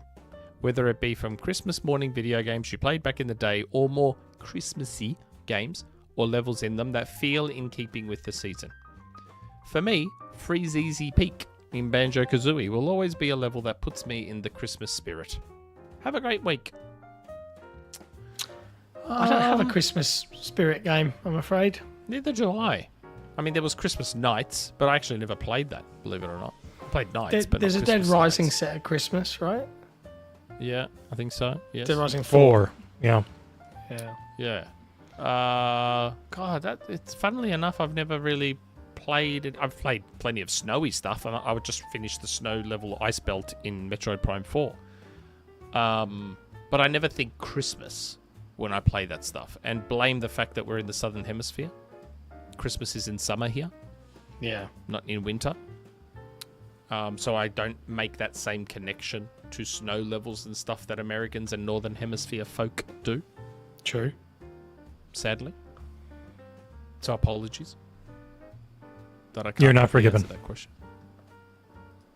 So what dub the unforgiven? I think the last couple of years I've played Gears War, Merry Gearsmas. So lately when I've played that one, it reminds me of those streams at least. Fair enough. John, you? No, I haven't got anything. I haven't got any Christmassy games, I'm afraid. I've never had one that I set aside or that makes me think of the festive season at all. No, neither do I. I'd Sad. say, like Halloween though, Christmas. That would be a cool thing to do, though. Like, I feel like that might be something I might do from now on. I might have a game I boot up every Christmas to remind me of Christmas. Lord of the Rings Extended Edition movie trilogy. That's a festive tradition for me, But Let me think of something, TheCucumbo. And let me think of a game that I will boot up every Christmas You're going to boot up and play to play. Rocket League. Christmas theme. Fortnite's Christmas event. I just got a text message from my wife about the christening I have to go to straight after this. I was like, what's this message about? And I have a christening to go to. Christmasing. So hopefully the show doesn't go for another 3 hours. It is entirely dependent on you. yeah. I'm already missing the church. The church is happening as we speak, and I'm not there for it. That's how important this show is to me, and John will fucking skip just to play some games with mates. He's doing that next week. Go figure. Yep, Yeah, I I am. know. Here Absolutely I am, skipping a fucking christening that I have been invited to for all our fans, because I actually love our fans and patrons. Yet this fucking knob, I'm playing some video games late at night. I'm not at Gives a home. fuck. I'm not at Gives a home. shit. So yeah. Anytime our patrons and our watchers and everything want to have a discussion about who loves who the most, I hope this doesn't go on forever. Let me go on a pointless Yeah, rant. yourself let me go on this a really long definitive- tangent about me you and my got ego. yourself a definitive answer right there. Okay. Yes, Hytham. I am an atheist, but that doesn't mean I'm not going to go to a christening that I've been invited to. I christened my son. I christened my kids. But that was mostly for my grandparents. I didn't want to upset my grandmother. I'm still ultimately a nice person. Last question on the form. itzFinn. Good evening / morning XboxEra crew. Hope your weekend is well. I'll have more to say next week on the Netflix / Warner Brothers Discovery acquisition. Need some time to think about it. Anywho, don't know why Jesse said routine doesn't have the meat, but it Sucks. does. Sure, it's a lot of back and forth, but that's the thrill / atmosphere of these kind of titles, and I'm all for it. Wasn't aware this title was announced back in 2012, so forgive me not knowing any of this. Holy shit, 2012. Question. Could we see more of these kind of games in the future, or is it a niche audience kind of genre? Love to be proven wrong here, and I hope the sequel to Alien Isolation doesn't change much on that, but maybe the story. Cheers to all, and a good pre-The Game Awards week. There is no shortage of survival horror games. None at all. No, there isn't. I literally reviewed But 3 games that were pretty much this, all back to back. Like Isla, Routine, and Sleepawake are pretty much the same genre, just different in the exact gameplay systems. funny you say that, Chambo. I broached that idea with my wife. It's funny you say that. I said to her, I said, don't worry about it. You gotta remember, we're audio. Chambo, Nick would skip his wedding. Yeah, Chambo in the chat goes, Nick would skip his wedding. I tried to. I said to my wife, I go, let's just not worry about the party. Let's take that money and go on a nice holiday, put it in the house, do something else. Don't worry about the wedding. It's just a party for everyone. You guys know me quite well. I'm thoroughly consistent. Hopefully Alien Isolation 2 has real AI. Like, that's actually the one thing where maybe they should get AI involved rather than the cheating that the first game does. AI is where cheating, it always though. knows where you are. Yeah, but like in Alien Isolation, the alien always knows where you are at all times, and it just ruins it a little bit. I like the idea that I could genuinely escape from this thing, even if it breaks a little bit. I don't care. That's fun. I hope it doesn't cheat in the second one. I feel like we've come far enough now. It's been over a decade. Surely we've come far enough now where the AI doesn't have to cheat in Isolation. I hope so. Okay. That is the form. On to the forum. First question. Jesse Brother. Happy podcast 291, Greeks. Geeks. Wow. I wonder what nationality or what ethnicity is Nick. No. He's got Greek right underneath geeks, and my brain mixed the two things up. Okay, I'll give you that one. It's right underneath. Sorry. Happy podcast 291, geeks. Replaced has a freaking release date. I'm freaking geeking like a Greek. See, look how he's mixing it all up. There again. Speaking of being Greek, who is your favorite Greek character in anything? Be it a film / show / game / book //. Now, let me expound on the game or what. Nah, couldn't give less of a shit. I'm done. Quick one for once. Cassandra in Assassin's Creed Odyssey.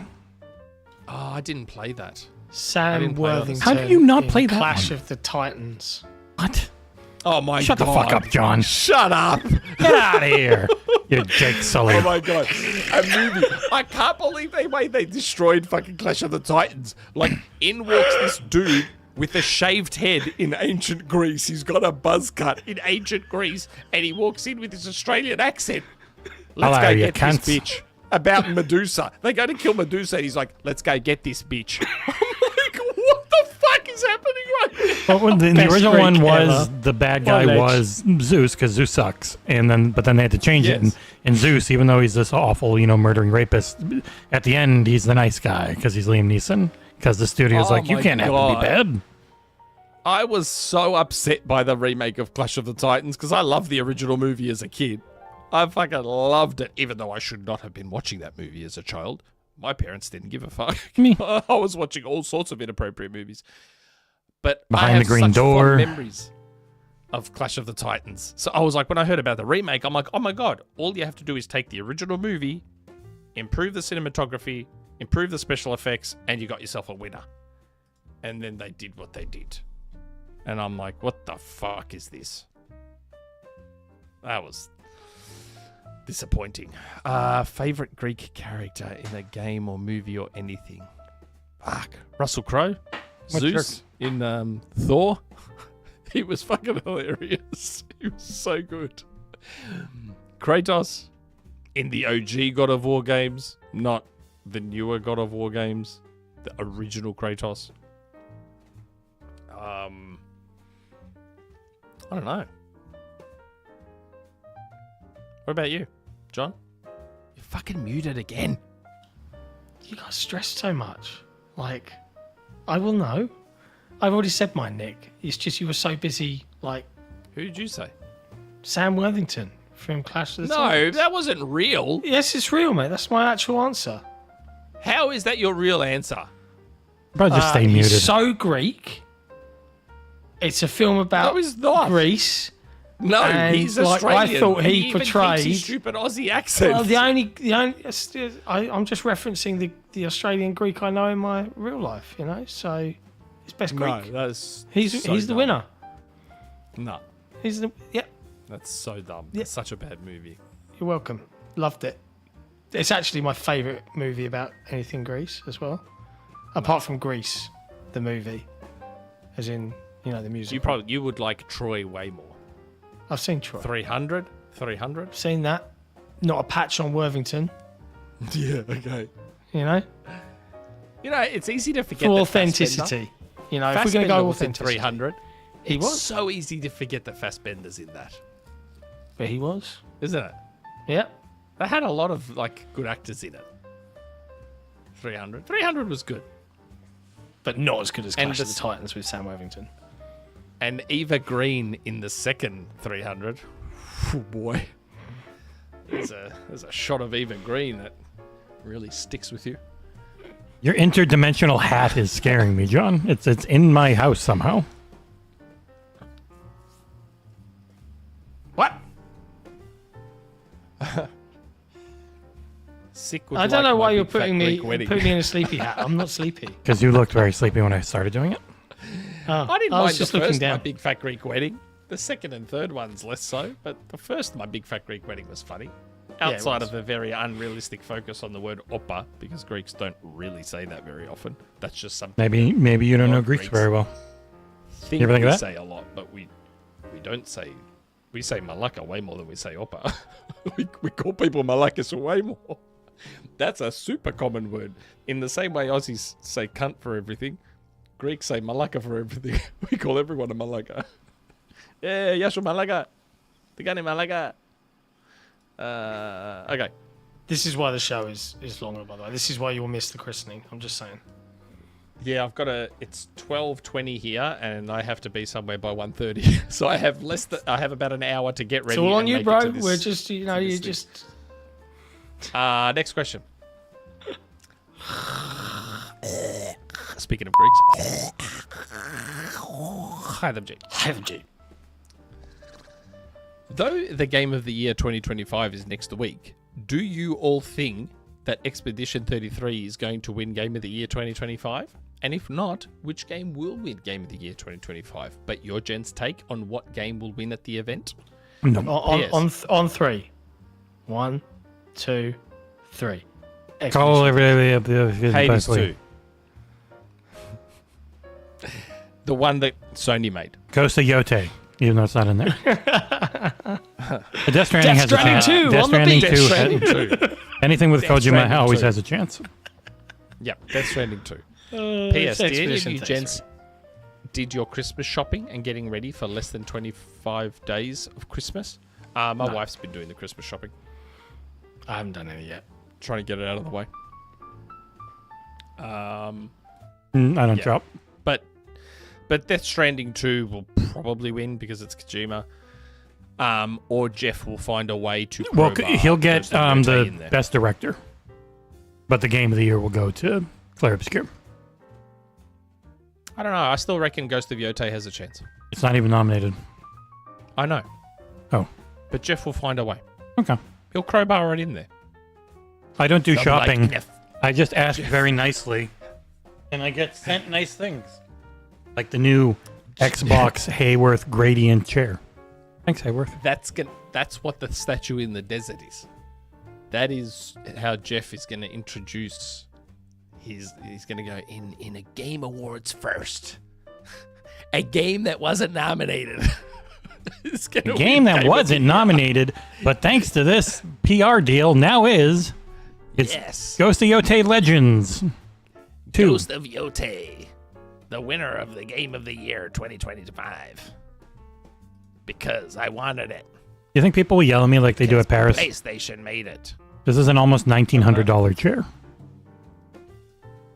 They've sent me 2, and they also sent me 2 of their $1,000 ones that Amanda uses. But I never get yelled at. If the Last of Us was made by the Coalition, would it still have got the same review scores and won Game of the Year? Fucking no chance. It would have. I think it still would have reviewed very well. Absolutely but no chance. it would have gotten far less reviews. Pretty much the Xbox exclusive just had less overall. So it might have still done very well, but it would not have been the thing that everyone who votes played. Can you imagine what would have been said about The Last of Us if the Coalition made it? God. So, feels like shit. Such a bloated mess. I can't believe the Gears studio made this. It's nothing like Gears.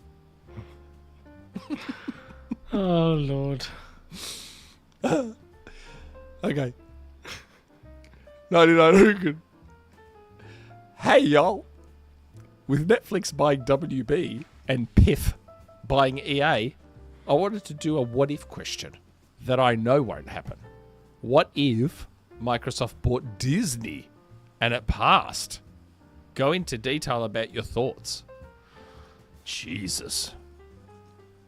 Could you imagine? Microsoft owned Disney, Yeah. Star Wars. This Star Wars. Yeah. Their multi-platform push would be Oh my even God. stronger. Holy Basically. shit. What? Look at the next question. It might be our longest ever. That's a long question. Oh yeah, wow, yeah. But it's aimed mostly at me, which is great.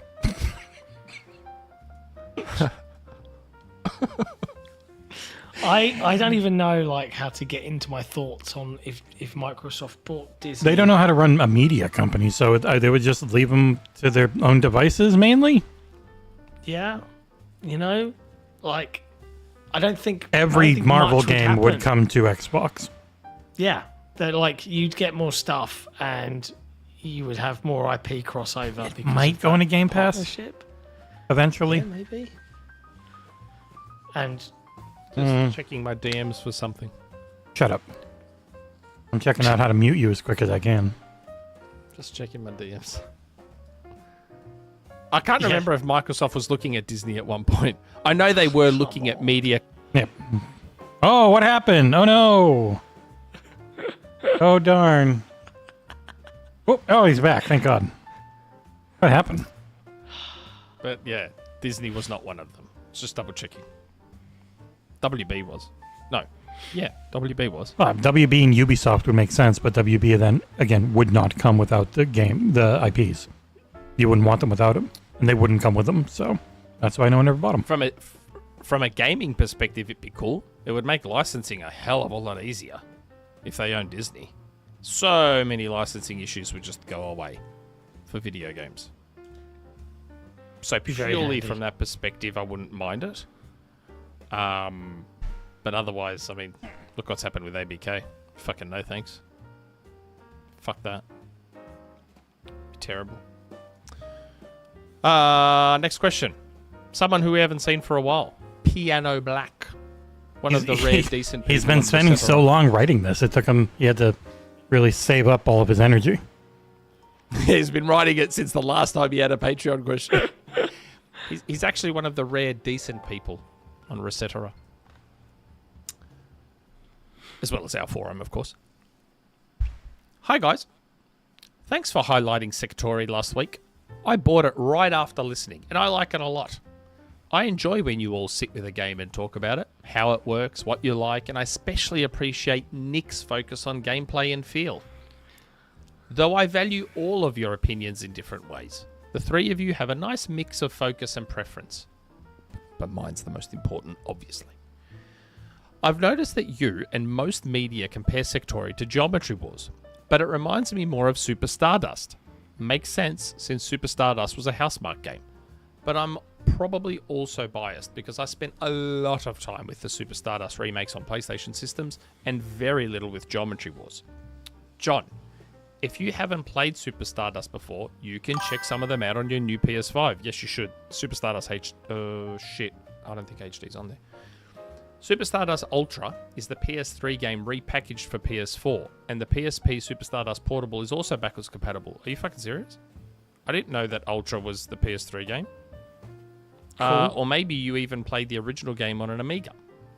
Anyway, Super Stardust Portable had a neat mechanic to work around the single analog stick on PSP. You use the face buttons for 8-way control of your blaster, but you could also feather the face buttons at 2 different speeds to get narrow spread or wide spread. It felt even more precise than using a second analog stick, where you'd have to wiggle the stick to get a similar effect. I love that touch. I loved that touch, but haven't seen any other games pick up on it. This is the part where I say, what's your favourite control mechanic in a game? But then you'd all just reply with active reload. And fair enough. So instead, what's your favourite game where you can lock in, forget everything except reflex, and go for a high score? Best time, etc. Mine would be Zen mode in Wipeout HD, where your ship accelerates constantly as it does solo laps on the track, and you see how many you can complete before crashing. Nice. Tetris Effect Connected on hard, or maybe Super Hexagon, which has the best twist ending you'll ever experience in a 6-minute game about steering a triangle through spinning gaps. Thanks again and have a great week. I like this question. It was a lot of text, but it flowed well. Super Stardust is like Super Stardust HD on PlayStation 3 was fucking sick. And I know what he means by Sector, but having played Super Stardust a lot, I still would liken Sectori more to Geometry Wars. I mean, it's the fact that you're fighting shapes and you've got the geomes, which is what they were called in Geometry Wars, same shape, except they're now called Glimmer. Like, it is very, very Geometry Wars, and in graphical stylings as well. But yeah, I will definitely check out Super Stardust. I've heard lots of good things turning on about my PS5 right now because I did not know that there was a repackaged version of Super Stardust for the PS3 on PS4. I did not know that. I will say though, like in terms of answering the question, mine was, and why I like Sectori so much, was pacifism on Geometry Wars 2. Sectori has a version of it called Gates. Honestly, it's not as good in my opinion. Sectori is an amazing game, but pacifism was my go-to addiction, and it was pure reflexes, and I fucking loved it. And I got a very, very high score in it, and it was a very... Here is Super Stardust in a full 1-hour playthrough on PS4. Oh my god, I've got Super Stardust Portable in my library. Boom. Your hoarding pays off. How did I not know this? Because you hoard everything. I didn't even know this. I own Super Stardust on PlayStation. On like the PS5. What the hell? This just looks silly. Why? It's no, great. I'm saying look at it. The what it's doing to the bitrate on YouTube. Oh my god, it already downloaded. Jesus Christ. Again, reminder, Nick has to be at a christening, but right now there's important things he needs to check. Nick, do you have a game that's addictive to you that you just lock in? Is it Rocket League? Well, that's not this style of game, though. I assume that PianoBlack's referring to that sort of high-score style game, like reflexes, a Tetris or whatever. Forget everything. It's just reflexes. Shit, it might be Tetris 99 at the moment. Just trying to think. Right now, Tetris 99 is the only one that comes to mind. And just Tetris more broadly. Fair enough. I was playing Resogun a lot for a while, back at the PS4 launch. Resogun was good, also from Housemark. Go, Jesse. Just want to make sure. You normally pop back in right after you supposedly are done, and then people say you talk over him all the time. I'm like, he never stops. Yeah, you cut me off, you fucking prick. I'm sorry. I don't have one because everything I keep thinking of is more long-term building up, like the Souls or not Souls, roguelike stuff. A game that really did just become turn my brain off and jump into it and progress was Dead Cells. Like the amount of time I put into that game, and it's just going through, and you know the basic layout you're generally going to get from how things are procedurally generated. So it is kind of like how it's different enemies coming at you from different places, but you know what's going to hit, and you just get so in the flow. I want this weapon. I want this passive. I don't want that friggin' cursed chest because I know I'm going to die. I'm going to go this route this time. Like that became a big time turn my brain off after work game. And then I gave it an incredibly good review when I started doing this. I think I gave it a 9.5. And I'm not far off the Metacritic. PianoBlack, did you lie to me? Wait. Super Stardust Ultra. Next question. Skedaddle. Skedaddle. I'm going to look into this Super Stardust situation. It's bean time. Just Quarter noted that for millions of Xbox users still on Xbox One X and Xbox One S consoles, Grand Theft Auto 6 will likely catalyze upgrades. Based on what we know about recent hardware trends, how many Xbox One users do you think are still active today? And do you think it's unrealistic to imagine that the Xbox One install base might still exceed the Xbox Series XS user base? It 100% exceeds it. 100% exceeds it. Actively on the Xbox One right now over the Series console. I thought he was just talking about console, the sales of the console. Sorry. He said the install base. He said the install base. He didn't say active users. He said the install base. What did it sell? 55? 55? 60? About 55 or so? Yeah. The Series consoles aren't near that. Yeah, I guess so then. If we're talking install base, I think if in terms of active, maybe not. Active, maybe not. But install base for sure. It's bean time. It's bean time. God, I actually panicked then. That was actually being that. That's given me, as Trav said, bean TSD. Yeah, I got you a couple times Super with Stardust Ultra. Who cares? I got you a couple times with that during the co-stream we did. Yeah, it was not good. Why isn't this on the store? It's not even on the store.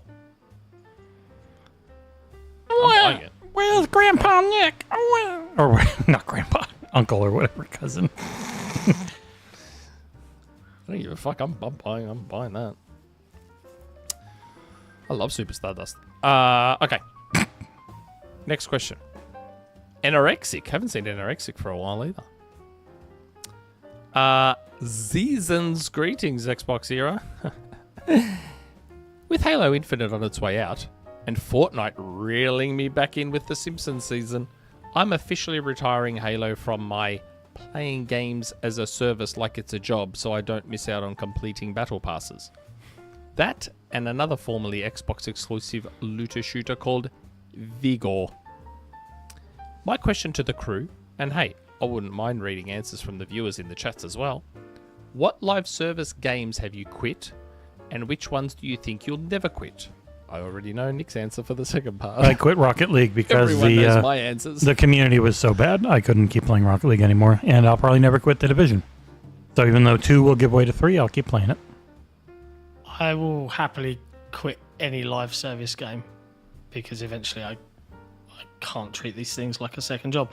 Sea of Thieves, quit. So It was barely a live service game, though. yeah, They didn't have the constant treadmill of stuff. No. Then they did start doing battle passes, but you were mostly gone by it's then. not that I quit. It's just that there's You've done always everything. new things. Yeah.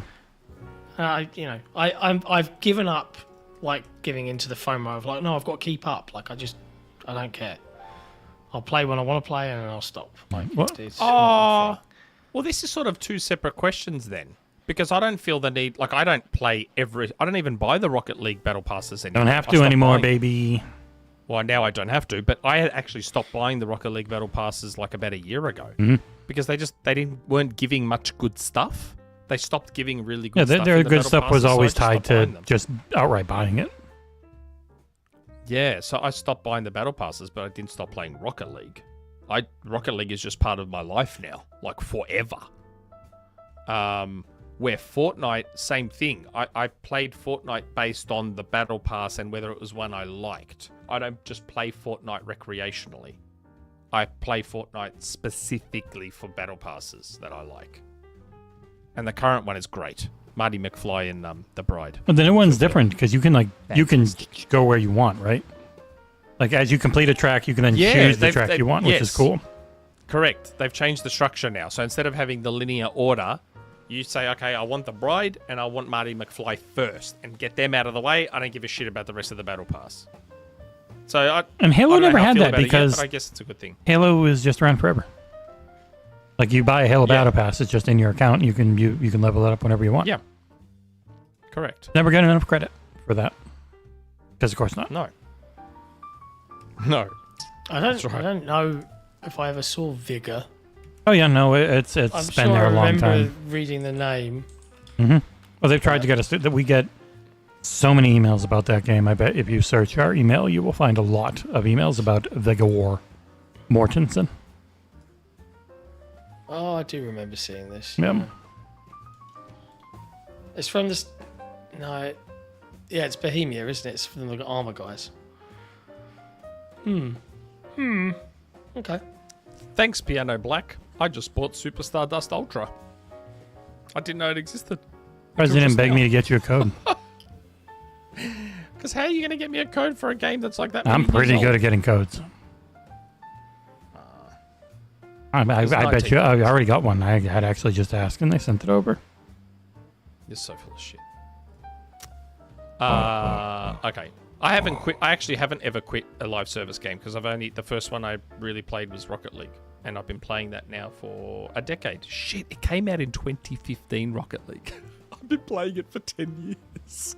That's why I thought I was the person I knew that had played Rocket League the most because it had like 5,000 or 5,500 matches in it. How many do you have in that case? You got to be at what? 10 grand, 20 grand? I don't even know. Because I've been playing it across like 3 platforms. So God only knows. Oh, look, Xbox alone is over 3,000 hours, I think. Xbox alone. My God. 10 years I've been playing Rocket League and I'm not tired of it. Like, not even a little bit tired of it. I'm actually going to be playing it forever. Which is fucking weird to think about. Because I'm 45. So that's like another 40 years of playing Rocket League. You don't have that long.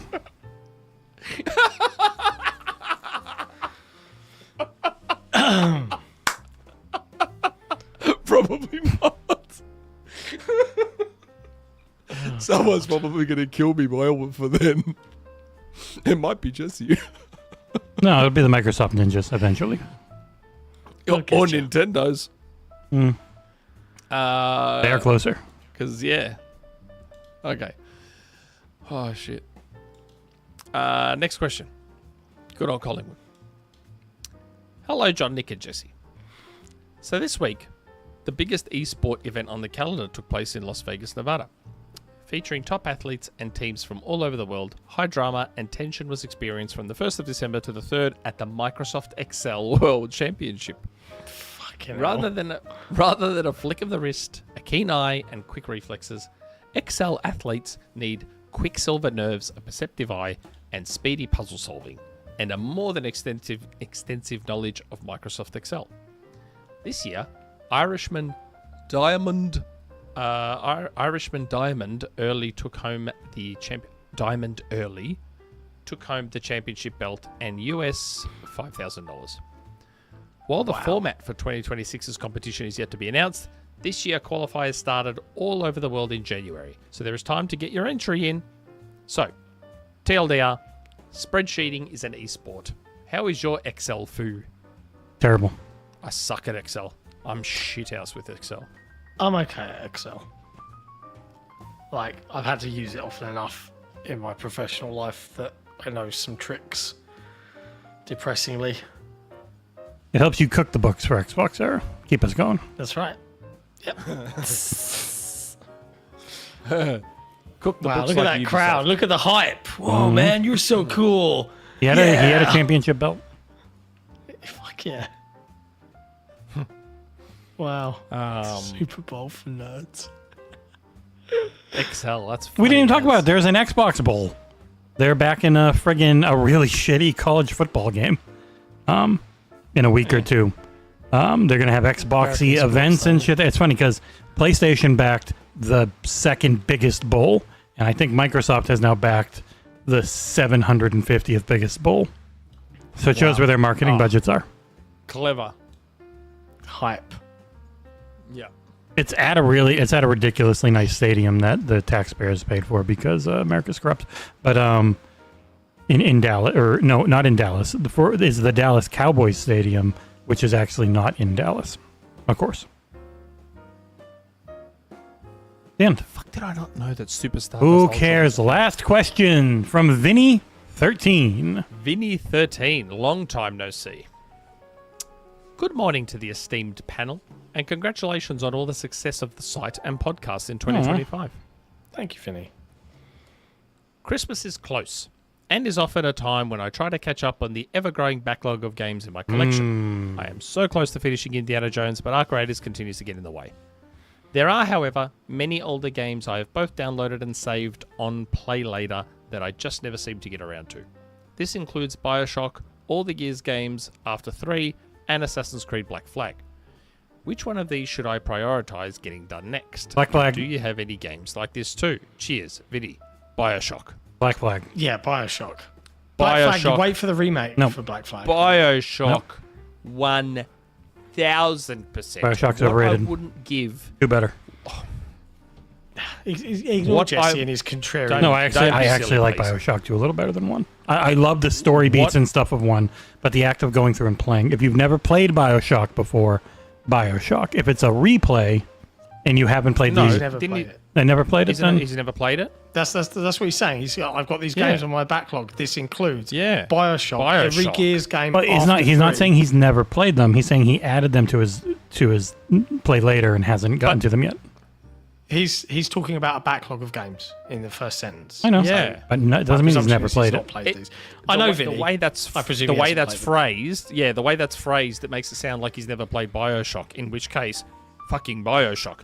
What I wouldn't give to be able to play that game for the first time again.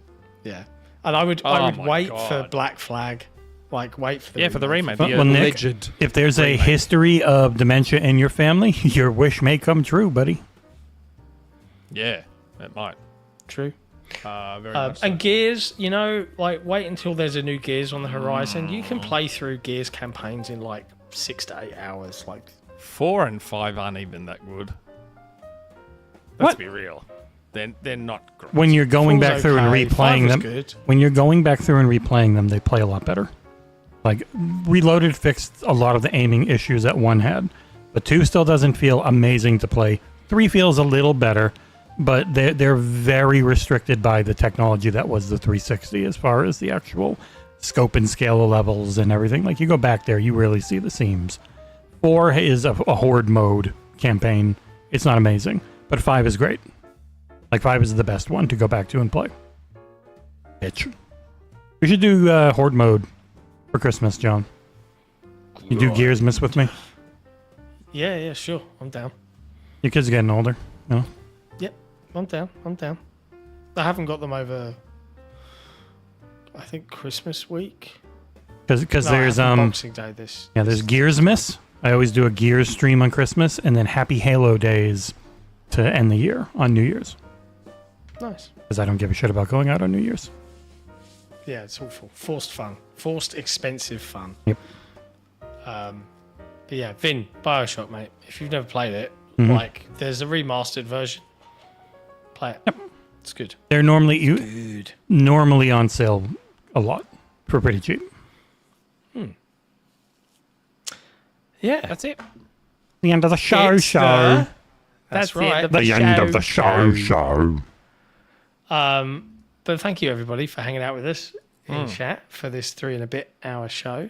We're coming up to Game Awards week. Of course, Jesse and I will be live on Tuesday and Thursday with our episodes of Headlines, but then you can expect to join some, if not all of us, for Thursday's Game Awards co-stream, where we'll sit there through the whole bloody thing. We've still got some, and the final reviews of the year, pretty much, for new things. Yeah.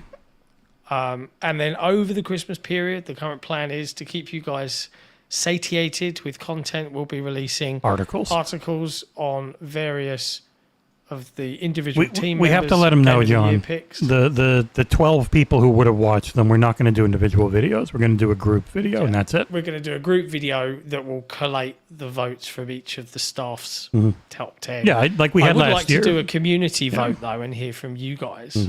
So we'll have to see if we can... Speaker Brood normally comes back to lead that sometimes. To do the Game of the Year, yeah. But he does it doesn't later. do it till January. Yeah, because that's actually a good time to do it. Yeah.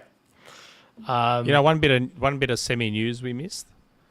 Isn't it funny how this unknown little console with basically Kinect built in is like one of the best-selling consoles? Yep. Yep, number 2 in the U.S. Funny for that. the weird little kids standing in front of a box. That's all the It's like picture I this see. tiny Like, little box that has a camera built in. the hell is it called again? Next Playground. There you go. It's like literally just Connect.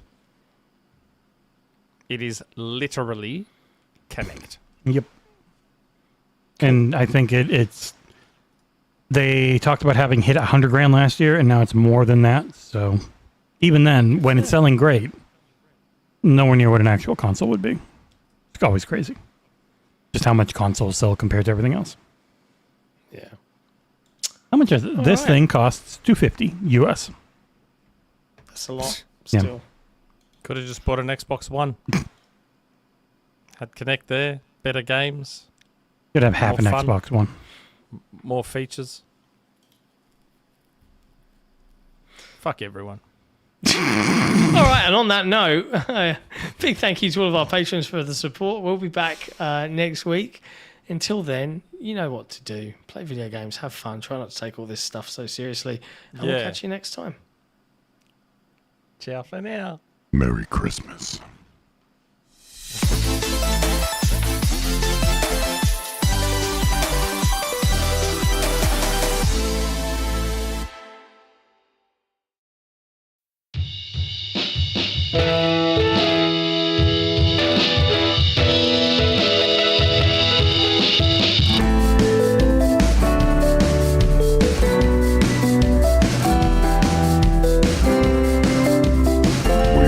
A Merry Christmas.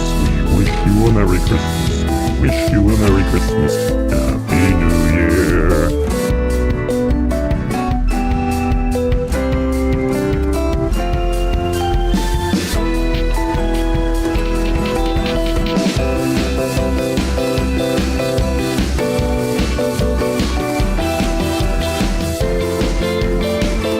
The herald angels sing, all